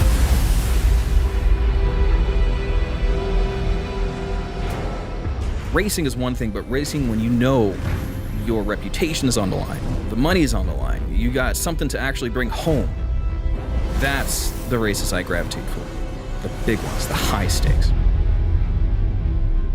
Racing is just as much as survival as being fast. Ladies and gentlemen, we are What wins the race? back. It's the Finally. pilot. It's the We get ship. started here. The ship. Going It is straight back 100% into the pilot. action. We've got the racers lining up here It's at definitely a pilot. Area 17 for the Genesis Speedway Showdown main event number 1. This is for all the marbles. We've got our starting grid set, and we're going to see them take off here in a moment. Our camera, courtesy of Lothamer and Luigi, looking down on the tracks here. And so far, it's turned out to be a hell of an event. Like, we've had so many changes in the position in the back end, although in the front end, we've got Fresh dominating pretty heavily with his pole position right now. Dakotas in second place lined up. Sacratus, I believe we have in third, and then Right. 3D taking up fourth place for our starting grid, and the rest falling behind. Connor unfortunately took last place, being the one who DNF'd first in heat number 5, the final heat, the grid setting heat. So, with this main event here, however, this is where it all matters. This is for all the marbles. This is where the points will be put on the board. So now it's time to try to make it happen. Remember, guys, this is a 4-lap race, not a 2-lapper. So you need to be able to endure, not just go fast, but be able to last. Right. That's the biggest part about all of this is that now, sure, we had our 2 laps before in the heats. You DNF, that's fine. You miss out on a lap, come back into the next race. But here, you get 3 laps in, you DNF. That's not good Not because good. now No, you gotta go all the way. this is where points are getting on the board, right? This is where things actually matter. First place, 25 points, down to 18 for second, third, 15, so on and so forth. So even getting a third, fourth is putting you significantly behind that first place. Now we expect Fresh probably to dominate a lot of this, but as you mentioned, we've seen some fight, we've seen some bite out of Decadus, and I'm really hoping my storyline to watch out for here really was Decadus pulling ahead at least once, trying to just hold the lead even for a half lap is all I want to see. And the biggest place to do that is most definitely right out the get-go. I mean, like, you have that chance out of the Trident into that straight of the buffer to maybe try and pull ahead. We know how well that it's handled by Fresh. The way he uses his boost has been phenomenal, but I think Deku's right on the edge of greatness here in this race. But you're right, we've also seen a DNF from Deku on that one section over by the commute, and it's endurance, 4 laps now you have to get through. That's 4 chances for you on a tough section of the map to crash and DNF. That's right, yeah. In that last section, the Kovalek straight, just before we go up to double up, that's where, unfortunately, you know, we've got a couple really tight gaps there. It's deceptive because it is a bit of a straightaway, but at the same time, just starting off the Kovalek's sprint, you have to kind of duck and weave between 2 sets of buildings, and things can get bad because at that point, doing those kind of slalom series of turns there, you're losing speed. Speed, you stall. The drag starts to pull you down. Now, to clarify, I say stall. Star Citizen doesn't have any lift. It has drag. And drag and lift are like yin and yang, 2 parts of the same coin, essentially, when it comes to how real-life flight physics work. With just the drag, essentially you're getting all of the parts that would not only slow down the ship, but also sort of buffer the ship. And we mean that in the worst way when it comes to slowing down, because then suddenly if your wings are against the wind, so to speak, you will start to slow down very rapidly and find it hard to control your ship. So the weather vane effect is still very real. You know, Star Citizen. I'm curious what the racing community's thoughts were when we've been shown the new flight model, right? Obviously, that's not here yet. At CitizenCon, we saw how things are going to operate from a gameplay perspective. I was very excited about it. I think, you know, in the grand scheme of things, it's really cool. But obviously, that's going to change the way racing happens. How did the racing community feel about those changes that are coming down the pipeline. You know, with real actual aerodynamics, you can turn your ship off and kind of glide through. What are the thoughts? Since we haven't experienced it yet, we don't have much to Right, say, but true. having tested, we've got Speedway. What's up? We are ready to start. Are Let's you guys do it, ready baby. to start? We're ready. Okay, 1 minute. 1 minute. All right. All So right. to wrap up 15-second answer. Yeah. Yeah, to wrap up that thought, there's a huge topic of discussion here, and we've been in talks not only with ourselves but CIG about the topic. They're trying as hard as they can to keep it fun for racing while still lowering the skill gap like they want to. But when it comes to atmospheric racing with the lift and the being able to just glide, we don't know yet. Right. It's going to slow things down, sure, but also that's going to add a lot of technicality and hopefully in a good way. Reducing some of the skill from the flight itself and adding more skill into preparation. What components you have, how to stop your stress from ripping your ship in half, stuff like that. We're hoping to see more technical, nitty-gritty aspects that make a pit crew worth it versus just the enormous amount of skill gap there is. Right. Well, that'll be a podcast for another time. We do have a race coming in the next few, in the next few moments here. This is it, the final races. This is the main event. The heats led up to this. We saw the growth of all of these racers leading into this moment. Now, I bet you those nerves might be kicking in a little bit more, especially because they're racing at night. The track has transformed. That day and night difference is going to be massive for the type of landmarks that you're going to be looking out for. Sure, they're accustomed to the track now, but it is a different beast, and it's already such an unforgiving track. I'm so excited, and here they go. Here they go, right off the starting line. Looks like we got Fresh in front. We got a nice POV of our third place grid. Sacred is watching Fresh and Dakid is right in front of him. They're coming around Trident now. Fresh, we've got his... It looks like we lost somebody. We need the overlay if we can get it online there for our technical crew. The standings, the live standings, we need that so we can see what's happening. Nope. There they are. We got there. Okay. So we're 30 seconds into the race just so we can see what's happening. And we've got Fresh up in front, it looks like still. And I think that Dakid is right behind him. Yeah. I gotta get my bigger screen up here because those party markers are kind of small sometimes. But yeah. And there's Sacred is jumping through that buffer there, going down to Anvil. Is that Cyprime? Looking like he's in front. It is. Steve CC in front of Sacred. Sacred is a little bit farther behind here. What? Yeah, it looks like Cyprime and Steve are actually getting some great speed here. What happened to Dakid? I'm not seeing him. He might have DNF'd. Cyprime looks like he's stopped dead. He's out. Yep. Unfortunate. Looks like got Dude 3D still in contention. Sacred is still in contention. Connor Riznick. Bajinski. I have no visual. I don't see Decadus. I don't see any visual. I don't even see Is that who we lost before? Like sometimes we can lose party markers and they'll still be there. But normally you'd be able to see the little white dots that are around the party markers. That's actually the headlights on the ship, so you could see those. We don't see one for Dakidus. Now, it doesn't mean he's not there, because he could have night vision off or on. Well, we did lose someone on the Trident early on, and I'm wondering if that was Decadus. Would be pretty bad, but yeah, I'm not sure. We'll get some more information as we go. If it did happen, we missed the DNF that happened because of it. Wasn't marked on the board. So anyway, we've got Connor Riznick then in second place for the time being. Sacredus in third, so started where he started, and then Dude 3D in fourth. So the grid's looking pretty much the same, except Connor Riznick, remember, he was in last place for grid position, now coming into second. That is a huge move for Connor right off the start into lap number 1. Keep in mind, we have 3 whole laps here, so anything could happen. We'll see what it does. I mean, right now, Fresh coming around Empire, going down to the Kovalex Sprint, and Connor's going to be starting off, just getting through that gap there. And then we got Sacredus on the left, right behind Connor, keeping up that third place. This might be a battle between Sacredus and Connor Riznick. Oh, I think second place is definitely the position that you're fighting for at this point.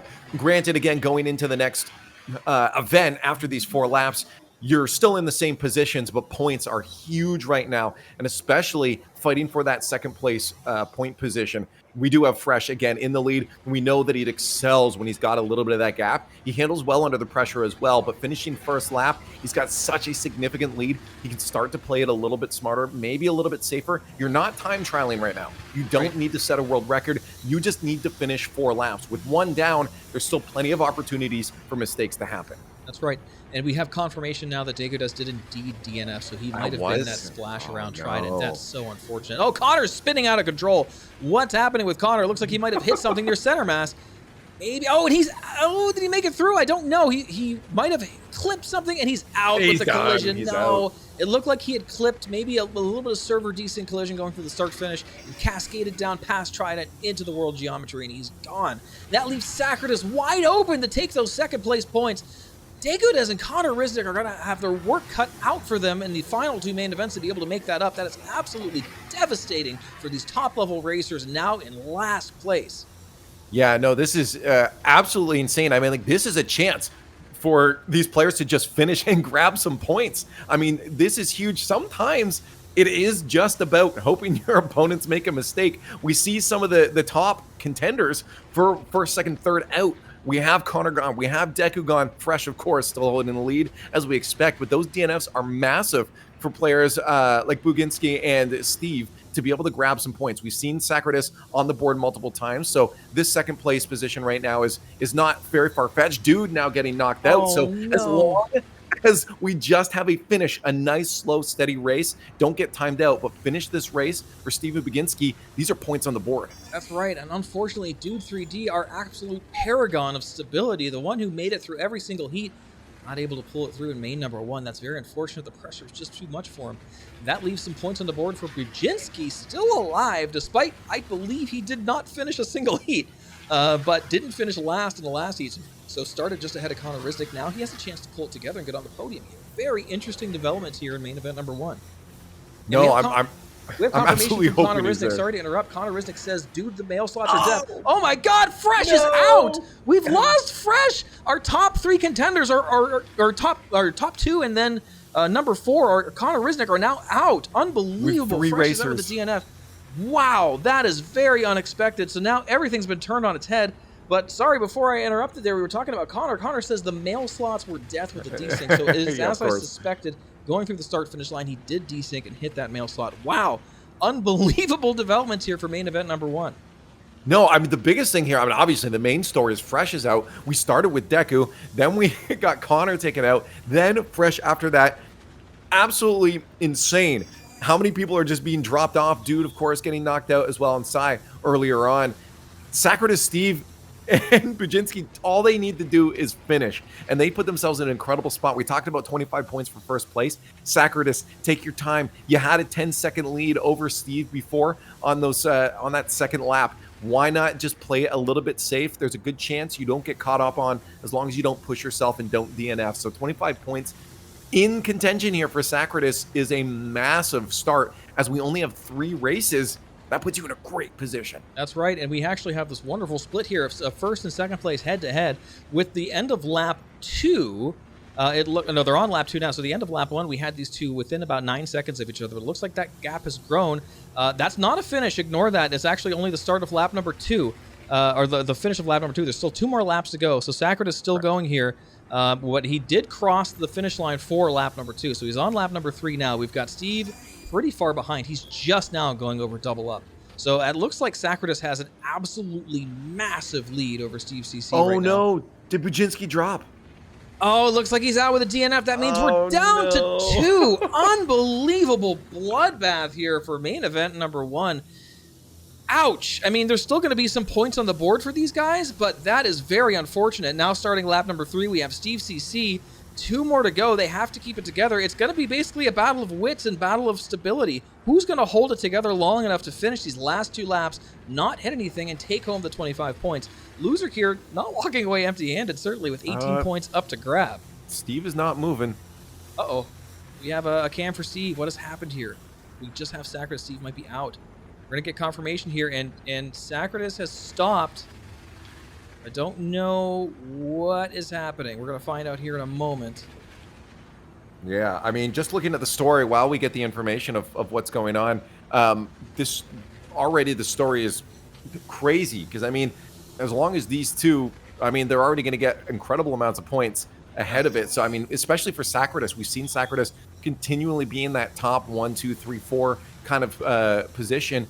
If he can continue to do that after grabbing 25 points, I mean, you're looking at a podium finish potentially for Sacratus. That's right. You know, Sacratus, again, placing pretty consistently during the heats, too, so not super surprised he ended up on the podium. I believe he was 3rd place grid, and he will be. Again, the grids that were set at heat number 5 are going to be for every single main event. So that gives a lot of opportunity for, like, Degudes and Connor Rizdick and everyone else to come back and, for the next 2 heats, because they will have those good grid positions they earned from the heats to the main event. So we may have word here. Hello, guys.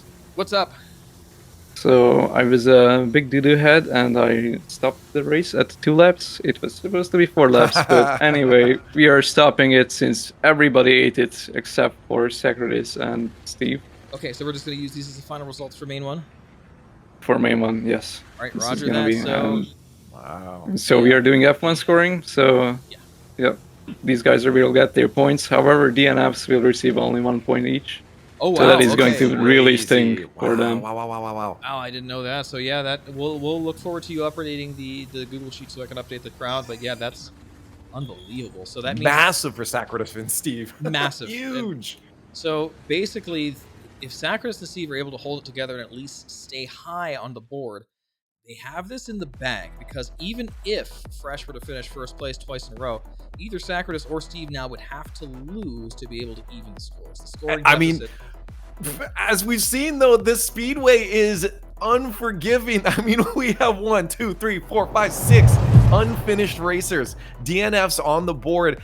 There is no guarantee that Sacratis or Steve finish our next races. We have 2 more mains. Again, 4 laps. We got away with 2 on this one, but 4 laps. That is such a significant. If we already in 2 laps lost that many racers, imagine the chances they just go up and up and up of these racers DNFing. So this is no guarantee yet for Sacratis and Steve that they're going to end up podium finishes here. I mean, we still could see a completely different board. We still have to talk about Connor, Decatus, and Fresh. The fact that they are still probably our favorites coming into this, there's still a chance that those are our top 3.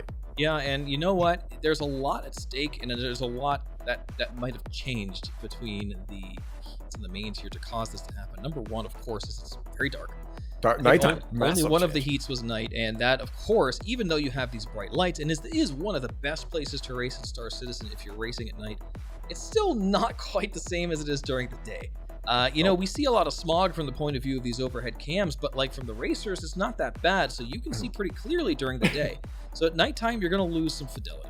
That's one. Number two, there's a lot of extra pressure now. I mean, when you're talking about the stress of running the heats, now these are the ones that actually matter. No matter where you are in the grid, it's in your head, you know, because this is the ones, these are for all the marbles, so to speak. So, you know, you don't want to mess up. It's going to make you, so yeah, maybe we saw what happened. I mean, the writing's on the wall for this one. Back to the map differences. I think that's a good point to bring up, that these DNFs, there's a good chance, and I would love to ask the players after, there's a very good chance that the fact that it's nighttime now caused a lot of these DNFs. I mean, you're looking up for different landmarks. We said it before the race started. Even at daytime, you can see some of these taller buildings from a distance. You're like, that's my goal. This is where I'm going. Now you're navigating through neon signs and dark alleyways. Going through those envelopes becomes so much more challenging because of those shadows that are on there. I mean, in most other games, these would be separate maps that you race on. You wouldn't do a day, there'd be a day version and night version, and you would just do all your races here. But the beauty of Star Citizen is that we have a living, breathing world that we're operating in. It's like we started early in the day and the race was long enough, we went through the night, and now this is just the reality of it. I love that dynamic when it comes to Star Citizen and racing in it, because for me, it's really fun to watch how players adapt as they go through. The stories change so much. Fresh dominates during the day, and where is he in this first race? Amazing how being a well-rounded racer, how valuable that is. You could be fast in time trials, and we've seen this happen before lots of times, where we have our top time trialers not able to compete at the level of some of the more well-rounded, more experienced, level-headed racers, because there's so much more happening. You see against other. We do have the standings. We're going to go ahead and bring those up now. So here we go. This is our main standings. So we can see here that, I mean, the writing's on the wall for this one. We've got only 2 people with more than 1 point. That's Sacratis in first place, Steve CC in second place with 18.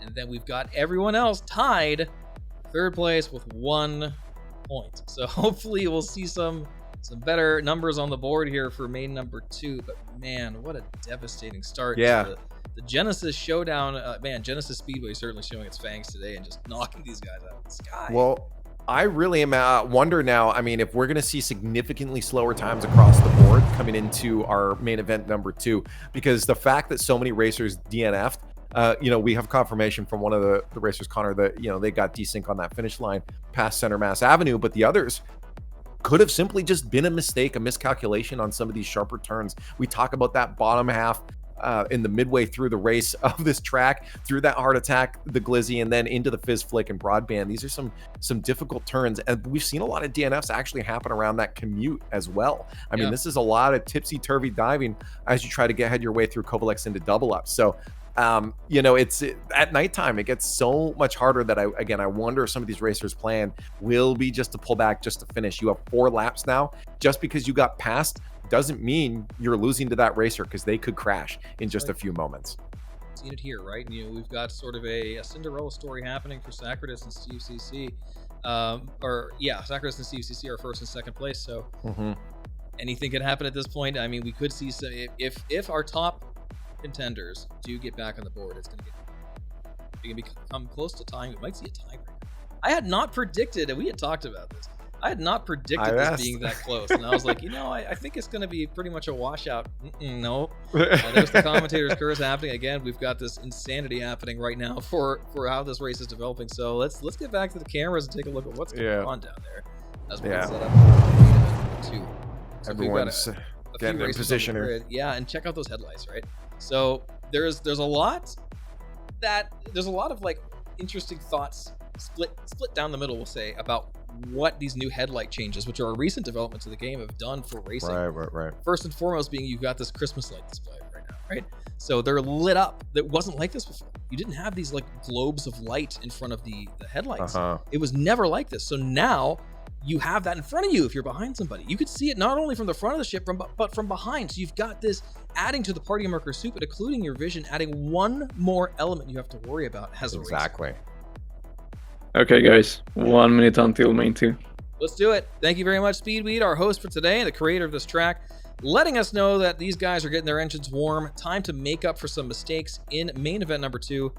There they are lined up here at beautiful Area 17 at ArcCorp. And they're in the distance there. That shot right at the end there, you can see off in the distance to the east, I believe. To the west, sorry, is Area 18, the major city. Right now, we're not worried about that. We're worried about survival. The biggest thing right now is not crashing into buildings. They're not looking to the city over. Again, you mentioned it. They have enough distractions in front of them. If you're not in that first place position, you've got it. People in front of you. You've got those lights. Whether you have the name tags or not, you have lights. You have distractions. You have the knowledge that you're not winning yet, and all of that weighs on you as you're a racer. So again, that first position for the grid position for Fresh is massive, but we also learned that's not a guarantee for a win. We saw a DNF from Fresh, our projected winner today, and still possible, but massive from Sacratus and Steve to grab points early on. If we get some more DNFs, this second main event really could dictate what we're seeing in terms of leaderboard going into that final thing, and we have it underway. There they go. Yep, and let's see how this pans out. Dakota is hopefully surviving the first turn. This time, Fresh in the lead. Dakota is right behind Sacratus and Zyprime, battling out for third place. Steve CC looks like holding up the 5th place position right now. Dude 3D Connor battling out for 6th, and Pujinski back there in 7th, holding up the back. Everyone's still intact for now. Hopefully they've gotten their act together and will keep it together. As we've seen from Sacratus and Steve CC, it comes down to getting those points on the board. Staying alive is far better than pushing it so hard that you explode. Steve CC, you can see here one of the strategies you can employ for seeing at night. This is a overlay shader. Oh, we got Connor out. Unbelievable already. Anyway, back on topic. So this is a reshade shader. Okay, I'm just going to stop talking about it. Sacratus is out too. I'm not going to be able to finish that thought. We've got too much action happening right now. But anyway, yeah, that's how you can see in the dark. Yeah, this is actually incredible. 2 more DNFs. Connor, a player that we thought could be a top 3 contender. We had people excited about them based off previous races. And Connor now DNF'd. That's going to be 2 points total on their leaderboard. They now just have to sit back, watch as that was first lap. There's still 3 more laps to go after this one is even completed.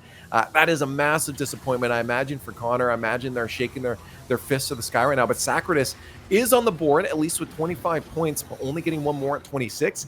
That first place is easily going to be able to catch up to you on the leaderboard now. And if Fresh keeps that spot, doesn't DNF, there's a good chance that's who's contending for that first place spot. That's right, yeah. And in fact, they will be tied with Sacratus having the early advantage here. So if it went to tie at the end, Sacratus would probably win because of having gotten those points first. However, anything can still happen. Steve's out, so there you go. Our first and second place both DNF this time around. It's like flipping the coin entirely. That's what we there said. they go. Yeah. Anything can happen. I mean, those 2 early leads are great, but it means nothing if you DNF for the next 2 races. That's right, yeah. So unable to push the advantage they had gained in main event number 1. Unfortunately, Sacratus and Steve CC is out, and Connor DNFing again, twice in a row. Not great. We do have confirmation from chat from Connor Risnick. He says 2 for 2 on desync deaths, middle of open air. So unfortunately, the server having his way with Connor Risnick. We have a view from Steve and some other racers getting up out of the hospital and rushing back to get ready for main event number 3. Unfortunate for them, but yeah, them's the breaks. Fresh, meanwhile, it looks like he's holding on to his first place position, finishing up lap number 1. He's got to be careful, but this is hard. Yeah, this is where you got to stay straight. Watch that server desync, and he landed nicely, going through with a 2:35. Not as fast as of the night, but still a very impressive lap nonetheless. I mean, regardless, I mean, that's so scary. You saw how nighttime just changes that approach to the finish line so much. I mean, you see Center Mass Avenue, you're like, okay, straight away, shot. Let's just make it home. And we have another, Deku's out. Oh my goodness, and it looks like he died exactly where we were just talking about, through that mail slot, not lining it up quite good enough. Cy Prime is out. That's it. It's over, unless Bajinski's still on the track. I think he might be, but he hasn't. No, he's out as well. That's it. Main event 2 is over. Fresh 001 has taken first place by default. Unbelievable. I mean, yeah, at this point, I don't know the rules if Fresh still needs to finish the race, but I guess not. They're calling it, but like that, all you do at that point is just kind of like, all right, take a stroll through downtown if you got to finish it. At this point, it's a joyride, and looks like he hasn't stopped yet. So taking it at a little leisurely pace. Giving us a beautiful tour of downtown ArtCorp here, but man, unbelievable finish to main event number 2. What a slaughterhouse. These guys just cannot keep it together, and again, we're hearing reports of server desync. You know, them's the breaks, guys. It's unfortunate, but that's been a part of Star Citizen for a while now. It's not a new development. You have to be able to anticipate where the choke points are going to be. They're your hard turns, those mail slots. You've got to line them up earlier. You've got to watch your speed. That's all there is to it. No excuses. It happens. It's unfortunate. It makes for some pretty disappointing content, certainly when we're expecting better things to happen. But man, you know, that's how it goes here. And it looks like we got confirmation that Dude 3D is out as well. That's unbelievable. I just gotta say, man, watching Fresh take some of these. I mean, that Broadband Wild, the way he takes on a Heart Attack is just so clean. And I think those corners are really what other racers need to be watching on how he handles those, because that boost management through a lot of those turns specifically, I think, are what it's setting in him ahead. That's where he starts to pull out, because he gets to go into that downtown transfer or the double glizzy with as much boost as he wants. He doesn't need to use them on those really sharp 90-degree turns. And that is a difference maker between Fresh and I think some of the racers at the back of the pack. This is just a joy to watch, like you said, watching his style and fluidity here. It's mechanical. And he is just on point right now, just lost in his own world. Flow state taking over, and you can see another thing we didn't really talk about much. You know, coming through those high G turns like that, your pilot does start to black out. Now imagine that happening when the visibility is already low. So it's bad. Like, we've got a lot of problems here. It looks like the finish line has been drawn again, so I don't think Speedway was able to fix that problem with the ending after 2 laps, but they might be calling it here anyway, because again, he's the last man standing, and that is it for main event number 2. Wow, what an interesting turn of developments. So that would tie Fresh and Sacratus for first place with 26 points each, with an advantage to Sacratus for getting there first. So it really comes down to a fight between these two for main event number 3. Like, who's going to finish and who's going to be able to keep it together? Take it is or Sacratus, you know? Well, I mean, that's a big thing. I mean, right now this is all on Sacratus to first off not crash, and you're really at this point. No offense to Sacratus, but we do look at Fresh as being probably the strongest racer on the field right now. Yeah.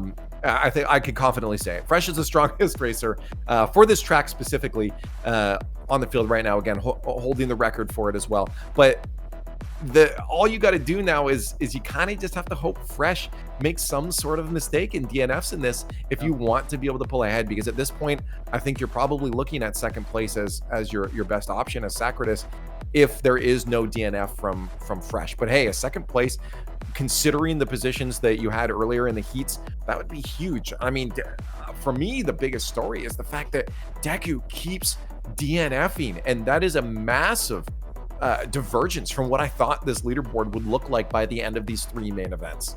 I mean, that just goes to show you too here, like even the most practiced racers are going to struggle on this track because it is that complex. It has that many different parts. And nighttime, baby, that changes nighttime, everything. Not only that, yeah, the environment, the noises, everything is just going to be bringing you down here, and you've seen the results. You know, we've had 2 races now. We're no more than 2 people. Let's move it over to the scoreboard here. We do have our results, and not really much needed to be said here. We've got Sacratus in first place with 26, Fresh tied with 26, tiebreaker advantage to Sacratus for getting there first. Then we got Steve CC bringing up the rear in third. Everyone else tied for 4th place with 2 points. So the only real change up that can happen between first and second here is somebody can take that 3rd place position away from Steve CC if CCC places less than, I believe, 5th place. Because if he places enough to give himself 27 points, then he has locked in the 3rd place position. Any other situation can arise, though, where, like, for example, if Decadas were to take 1st place, Steve CC were to place less than 5th, it would be 3rd place to Decadas still, even though he DNF'd for 2 races in a row. So a lot can still happen on this board. So that the podium spots, they look like they're kind of locked in now, but that is not the case. Not even at all. close. 1st and 2nd are definitely locked in, but 3rd place is up for grabs. In fact, any of those 4th placers, if they manage to pull off a miracle here and get 1st place, they can take it all away.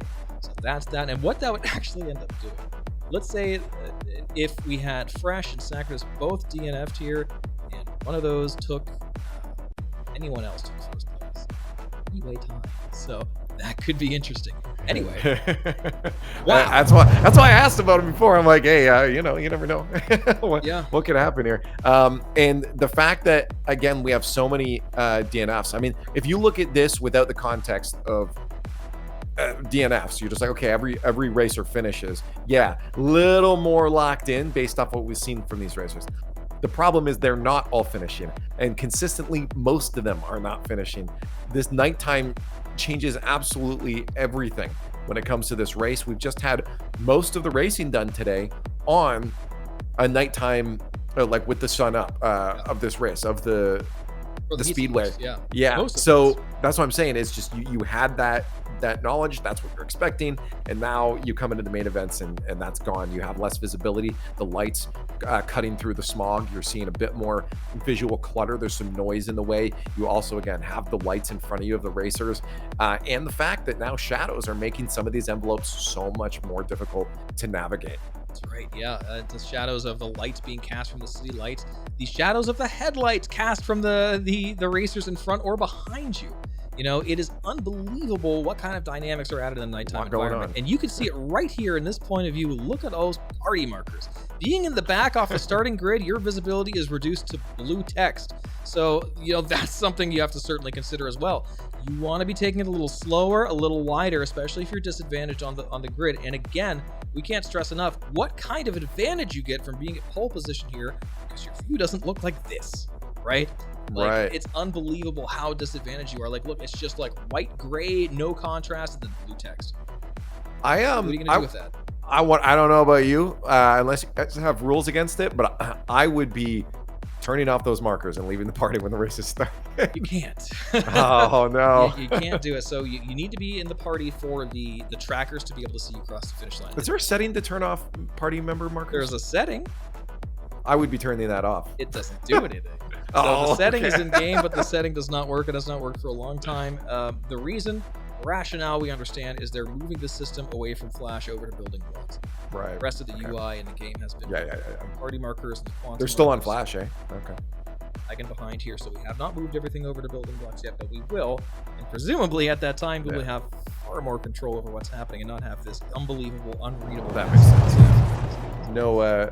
No sense in making features for something that's being depreciated anyways. Yeah, and supposedly, this being the year that we're past feature complete on Squadron 42, we should be seeing plenty of updates to Star Citizen's engine, as we have already, even since CitizenCon.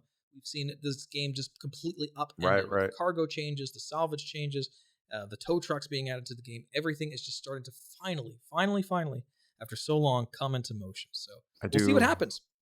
Think we have Speedway here, maybe confirmation on a start. Yep, 1 minute until the last race. Thank you, Speedweed. All right, so that's That's it. This is the one for all the marbles. We have first and second place in contention with each other, but basically locked in. Third place still up for grabs if CCC can at least finish better than fifth. So, this is crazy. I mean, let's reiterate the story before this starts again right now. We had our heats all day, people practicing. We headed into nighttime. Main event one. Everyone except 2 players, Steve and Sacratus, end up DNFing, including our top 3 favorites in these races between Connor, Fresh, and Decadus. Absolutely incredible start and story. But then we go into the second race and same thing. The only one finishing was Fresh, completely blowing open the entire podium. This is wild. Again, that hold between Sacratus and Fresh now for that first place. How that's going to go, I love just how close this is because of those DNFs. I know they hate it. They're probably not happy they crashed. But I, as a spectator, I'm loving how the story has unfolded here. Yeah, you know, there's a saying about people watching the races for the crashes. I certainly don't, but when it happens, it does add a certain element of suspense. You know, now what? It's all now about the what's story, the leaderboard's baby. going to look like? Yeah.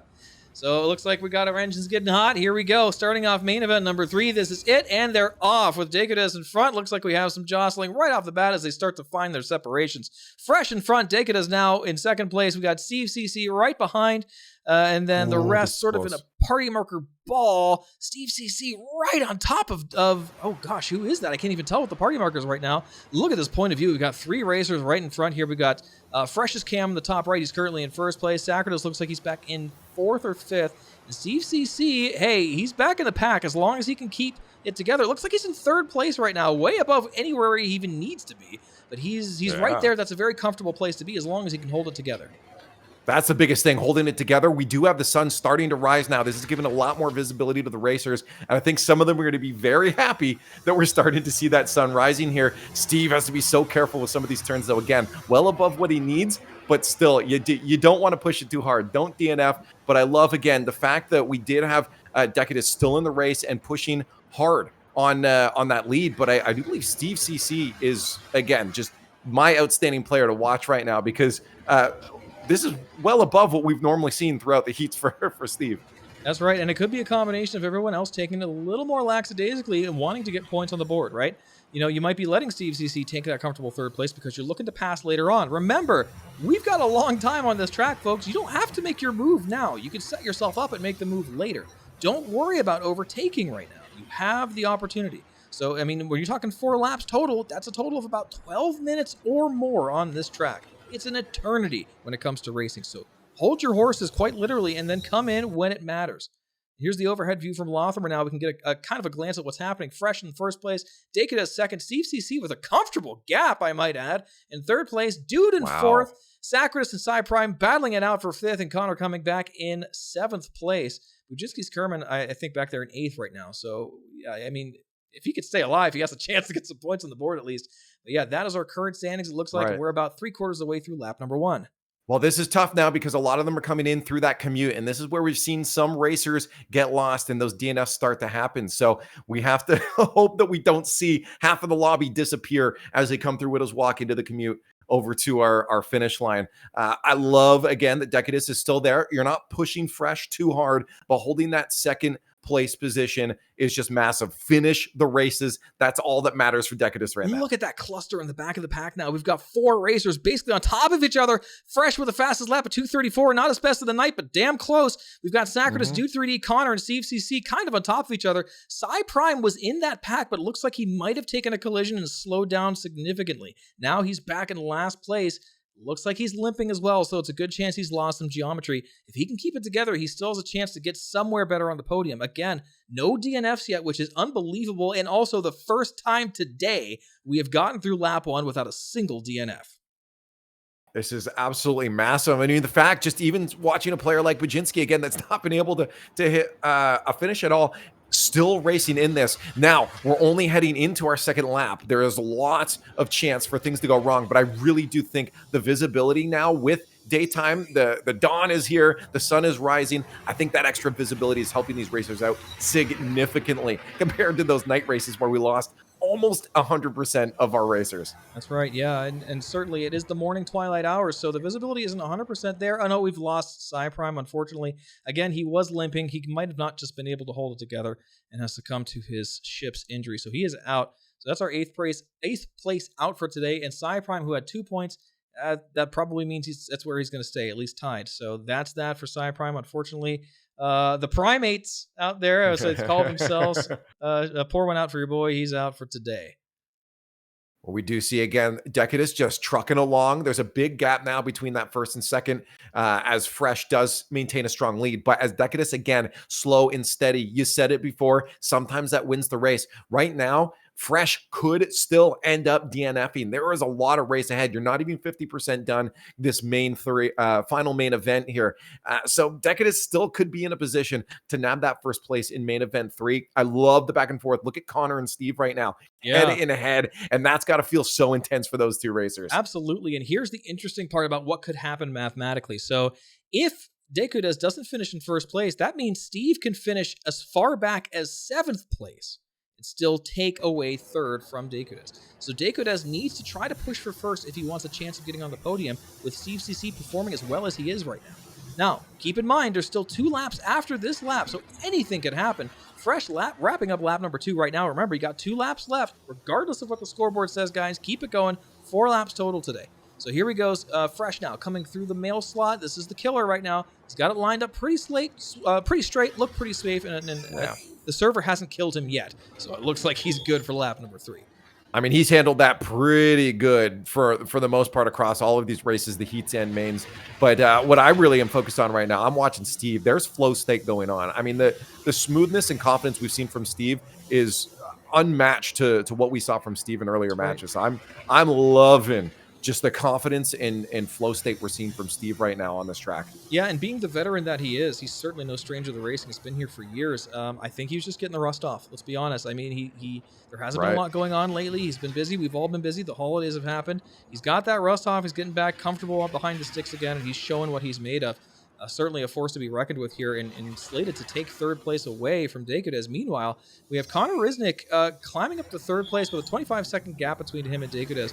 It can be done at this point. There's still 2 laps. Oh, Steve! No, he turned too early and he's out! No! Steve is out! No, he missed the turn and collided into the building, and that's exactly when that stall is going to kill you. Unbelievable. Steve is DNF. This gives Decadus the chance to take that 3rd place position. Now, anything could happen. That means Decadus needs to finish pretty high on the board. Doesn't need to be 2nd place, probably 3rd or 4th to be able to take that podium spot away from Steve CC. This is, I mean, again, my fault. I said how well I'm watching Steve doing, and then all of a sudden another DNF. I mean, overall, I love to see just how confident it was. You're right. I think it was the rust shaking off, and we saw that kind of peak at the end there. Unfortunate DNF. Right now, again, as you said, Decadus just needs to hold strong. There's a significant gap between him and Fresh now on these races after a couple laps have gone by here, but Fresh could still get overconfident and maybe make a turn a little bit sharper than he wants to and clip something. Probably not, now that visibility is starting to get there, much better than nighttime, but it's still possible. So Decadus, hold your ground, stay your course, and just race your race. That's right, and actually I just did some math in my head just to figure out exactly what's going on here.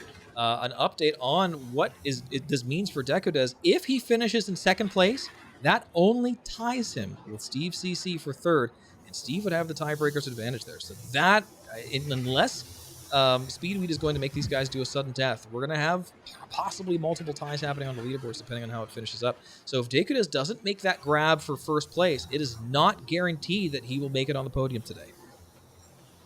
Oh, I love that we have most of our racers here still alive. Of course, we have Steve CC and Sai knocked out. They got their DNFs. They've been crashed, blown up, bing, bang, boom. They're all done. But we have most of the racers still in the race, and to me, that's phenomenal. I love that because, again, even at last place, like when you have racers that haven't finished, like Bujinski, to see them still going hard, do 3D, all of these racers being able to actually finally have a race is what you want to see as your final main event comes through.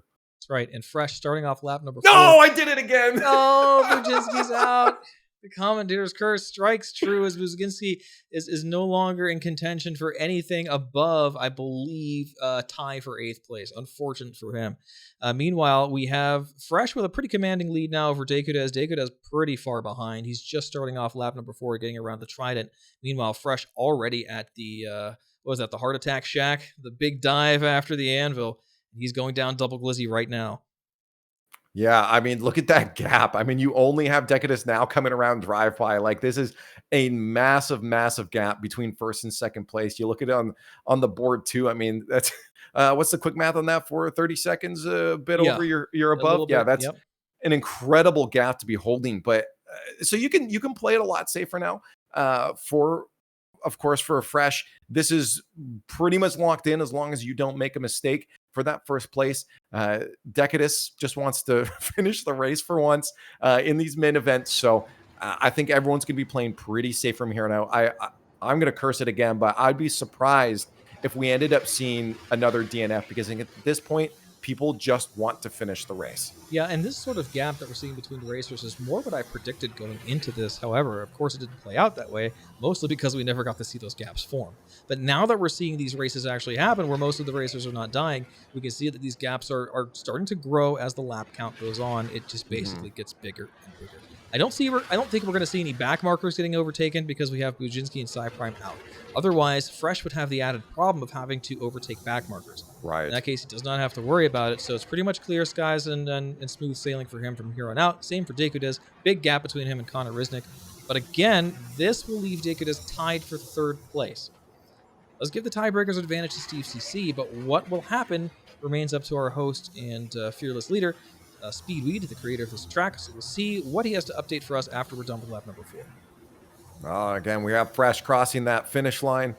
This is, again, what we expected. We expect to see Fresh leading the charge when it comes to all of these laps. We were hoping Decadus would be on his tail, but that wasn't to be. We do have, of course, Decadus in 2nd place, but the fact that Fresh just took charge and led that race was the story we expected after watching, our first couple heats. That was what was laid in ground. Those DNFs threw things in the air. But for Fresh, this was definitely the finish he wanted. This is the storyline that we had expected to conclude with. That's right. And that's all despite the DNFs, I must add, because that just goes to show you the type of level-headed consistency he's able to pull off, even in the most dire of situations.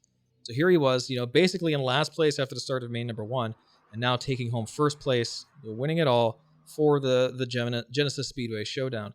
Deikudez finally crossing the finish line there, almost a full minute behind Fresh, about 45 seconds. So you can just see the kind of gaps. Connor Riznik coming around double up right now, going down toward the start-finish. Let's hope he keeps it together going through. Get that lineup, Connor. Come on now. No more tragedies. Hell, fingers are crossed. We're all hoping today. Slow it down a bit. No one's near you. You see the concentration. Yeah, good for Connor. He's out and through with a 3rd place finish. Congratulations. I can't wait to see what the final results are here. He's going to probably place somewhere around 5th or 4th place, depending. But yeah, it's going to be 5th place because it's going to be 3rd between Deikudez and Steve CC. So, and now we've got Sacratus and Dude 3D. And Sacratus just basically solidifying his 2nd place position. Dude 3D able to climb above 8th place just by finishing. So once again, Dude 3D, with your consistency, you're able to not at least finish last today and do better than your past self. That's what we're looking to see. So congratulations to you. Hold it together. A little bit longer to go. He's coming along the Kovalex sprint right now, going up the double up. And we'll see him wrap it up. Sacratus now finishing across the line with a 12:20 time, a full 2 minutes behind Fresh. I love this. And there it is, our final racer on the track, Dude 3D, coming in for that finish line. That'll be the end of our main event 3 and the end of our event for all of today. Incredible races we saw today. Some craziness, that's for sure. And there it is, that final finish to lock things in. The rest are DNFs, unfortunately. They were locked out of the race earlier on. But I love the up and downs, that craziness we saw at nighttime from all the DNFs as racers struggled to deal with that sun not being in the sky. But here, I love that we were able to finish our main event number 3 as most of the racers finishing, because this is what you want to see for the racers. You want to see success. You want to see them crossing that finish line. You don't want to just have someone winning by default because they didn't crash. So I really love that we were able to end on that story. Okay. So, yeah, that's it. Whitesnake is asking if we could do a flyover. The answer is yes, good sir. Go for it. We have our cameramen on site. Lothmer, I'm giving you the task of tracking them. Sparrow Pixel, I'd like you to ask in the chat if we can get an interview with Fresh. If Fresh is ready for an interview, we'll pull him up and we'll talk to the winner of today. Meanwhile, we're having the final scores being calculated. We can get those on screen as soon as Speedway is done making them up, and he will decide also what exactly is going to be happening with third place. Again, we have a tie, with tie advantage going to Steve CC. So we'll know here momentarily what's happening. I also want to comment very side notey stuff here.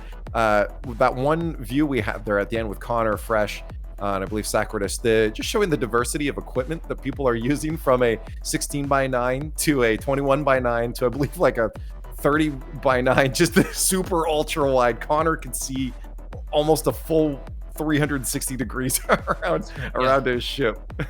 It's like I said, when it comes to peripherals, even your monitor, use what's fun, use what's comfortable. And you can see all walks of life are here racing today, and they're all pretty competitive with each other, despite having vastly different control setups. Right. You know, we have our third place and our second place, well, at least contention for third place, and our second place is a mouse and keyboard. First place being on joysticks, and most of the rest being on joysticks, I believe. So, I mean, hey guys, you know, anyone can do this. Come out and do it. You know, this is racing is fun. It's a great way to learn how to fly your ships, you know. Honor with a 32:9 Odyssey G9. That was a 32. That's what it was. Yeah. I'm rocking the 21:9 right now, and I love that. I love the extra perspective it gives you when you're in especially a game like Star Citizen. But that I wonder if there's a point where I wouldn't want to go past 32. It's just crazy. it's so big. But that Odyssey, I have seen that monitor. It looks gorgeous. And we're going to stay on the Lothamer cam here as we watch the flyby come by from our dedicated security team. I said they were starting in about 30 seconds, so here they come through downtown ArtCorp across the finish line. We'll see what happens. This was, I gotta say, this was fun. Again, being able to see most of the racers finish at the end too. That just that's to me is fun, because you get the accomplishment, right? It's never fun to DNF and crash, but I think the big thing for the racers, make sure you're beating what you did every lap a little bit better, especially when you come into the 4-lap races. It gets harder and harder to finish. You can get through 2 laps. That would have been a finish in the heats, but it's sometimes easy to forget that you've done better even though you DNF'd. So as long as everyone felt like they grew and they accomplished every single race, that's what I'm hoping the racers walk away with. They come, there's the security team flyby. Look at this, Hornets, Gladiuses, all walks of life, and Lothamer here in the Soylen watching. Come on by. Thanks for keeping us safe today, guys. We appreciate you as always. Our unnamed heroes keeping us safe with the flare flyover. Thank you very much. And there you have it, folks. We're going to go ahead and switch over to the analysis board for the scoreboard. Our current standings. Good. So we have Fresh in first place with 51 points. Sacratus in second overall with 38. Steve CC with 25? Despite the DNF, not sure what's happening there. Decudes with 20. I thought it was going to be a tie between Steve CC and Decudes. I'm not sure. I'm letting you do the math. Yeah, I'm trying to figure out the math here, it. but apparently Steve CC had something going on. He had him a 6 points for main 3, so maybe you know what, he did the scoring for main 3. DNFs were not getting 1 point, so that must be it. You know why? I think I know why. Because all the rest of the DNFs were on lap 1. Like I had said, I gave you a primer earlier about how the scoring is done. You have to make it through lap 1. If you don't make it through lap 1, we can't place you. I see. Yeah, making it through lap 1, so you have more than the board. So we did have everybody's scoring, as you can see, main event number 3. That's there awesome. You go. Yeah, so I was a little wrong in my calculations. That puts Steve CC firmly in third place. That's your podium. Fresh, what is Sacratus and Steve.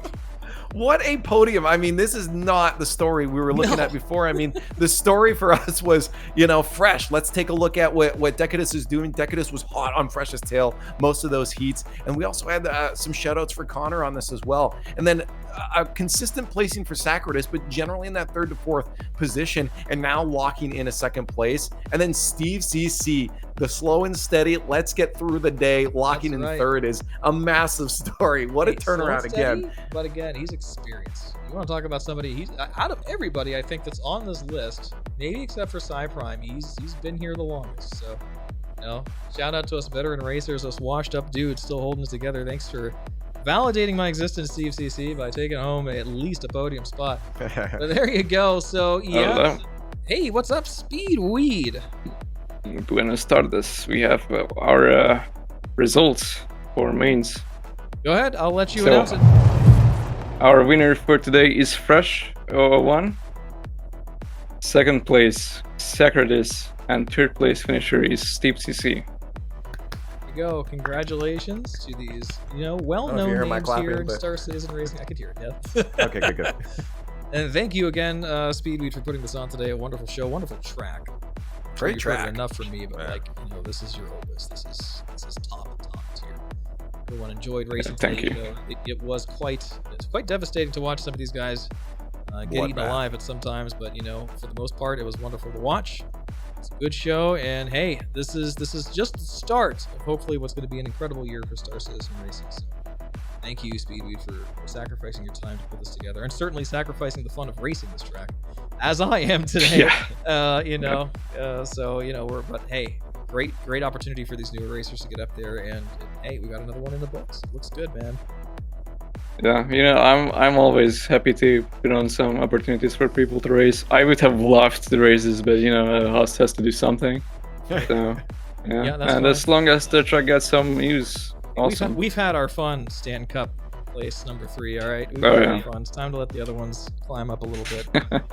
All right, so that's it, guys. I think, you know, with the flyover done and everything else, we had our interviews were declined for today, and that's fine. I'm sure these guys are tired and ready to move on, so I understand. Nothing too high stakes today. This was a relaxing exhibition race, so I guess that's gonna be it. So thank you all for watching. Leaf, yes, I am so happy you're here with me today. It was a joy commentating side by side with you. Hey, thanks for having me. This was awesome. Being able to witness this firsthand and to be a part of it was really cool. I love, again, even though this was just an exhibition, I love watching this and the potential for how much bigger it can already get. Like, it's already such an incredible foundation that you and the community have laid out here, and I think that this is built for success, what you guys are doing. And obviously, you've mentioned it before, the community's passionate, and you have to be to do stuff like this. It's, you know, you're running an underground race in this massive universe, and I think seeing this come together and everyone working together, all the people, as you mentioned, with that security team, all the behind the scenes stuff that goes on to make something like this happen. It was really cool just to be a part of it. So I appreciate that I was given the chance to sit beside you, witness the race, and enjoy the show today. And I'm looking forward to much more in the future. So again, thank you for having me. And a big special shout out to Spare No Pixel, absolutely kicking butt behind me. Maybe I can get a quick sneaky Spare No Pixel cam back there. Wave hello. Holding it all together at the battle station back there, making sure all the cameras are up to par, getting everyone hooked up so we can have our visuals today. It's all her. All of the camera work is her today. She's controlling all of it. Not only that, but she's managing the sound and helping me manage these scenes. So absolute rock star, and I love it to death. So there you go. That's Spare No Pixel. Big shout out to Luigi Lothamer helping hold down the cameras today. Thank you everyone for your awesome shots and racers. Of course, keep doing what you do. That's it. We're out of here. Splend also, off. One last thing. Go ahead. Also, watch out next week for Proximity Threat. It's also going to be another big race on Microtech held by Kelstar and Derink. There you go. So again, guys, racexgr.com, scr.gg. Get involved. Join us and learn about these events. Come, you know, we love having you here as spectators, but I know some of you are probably itching to get on the tracks. Now's the time. Now's the time to get involved in Star Citizen esports racing as it starts to grow bigger than it ever has before.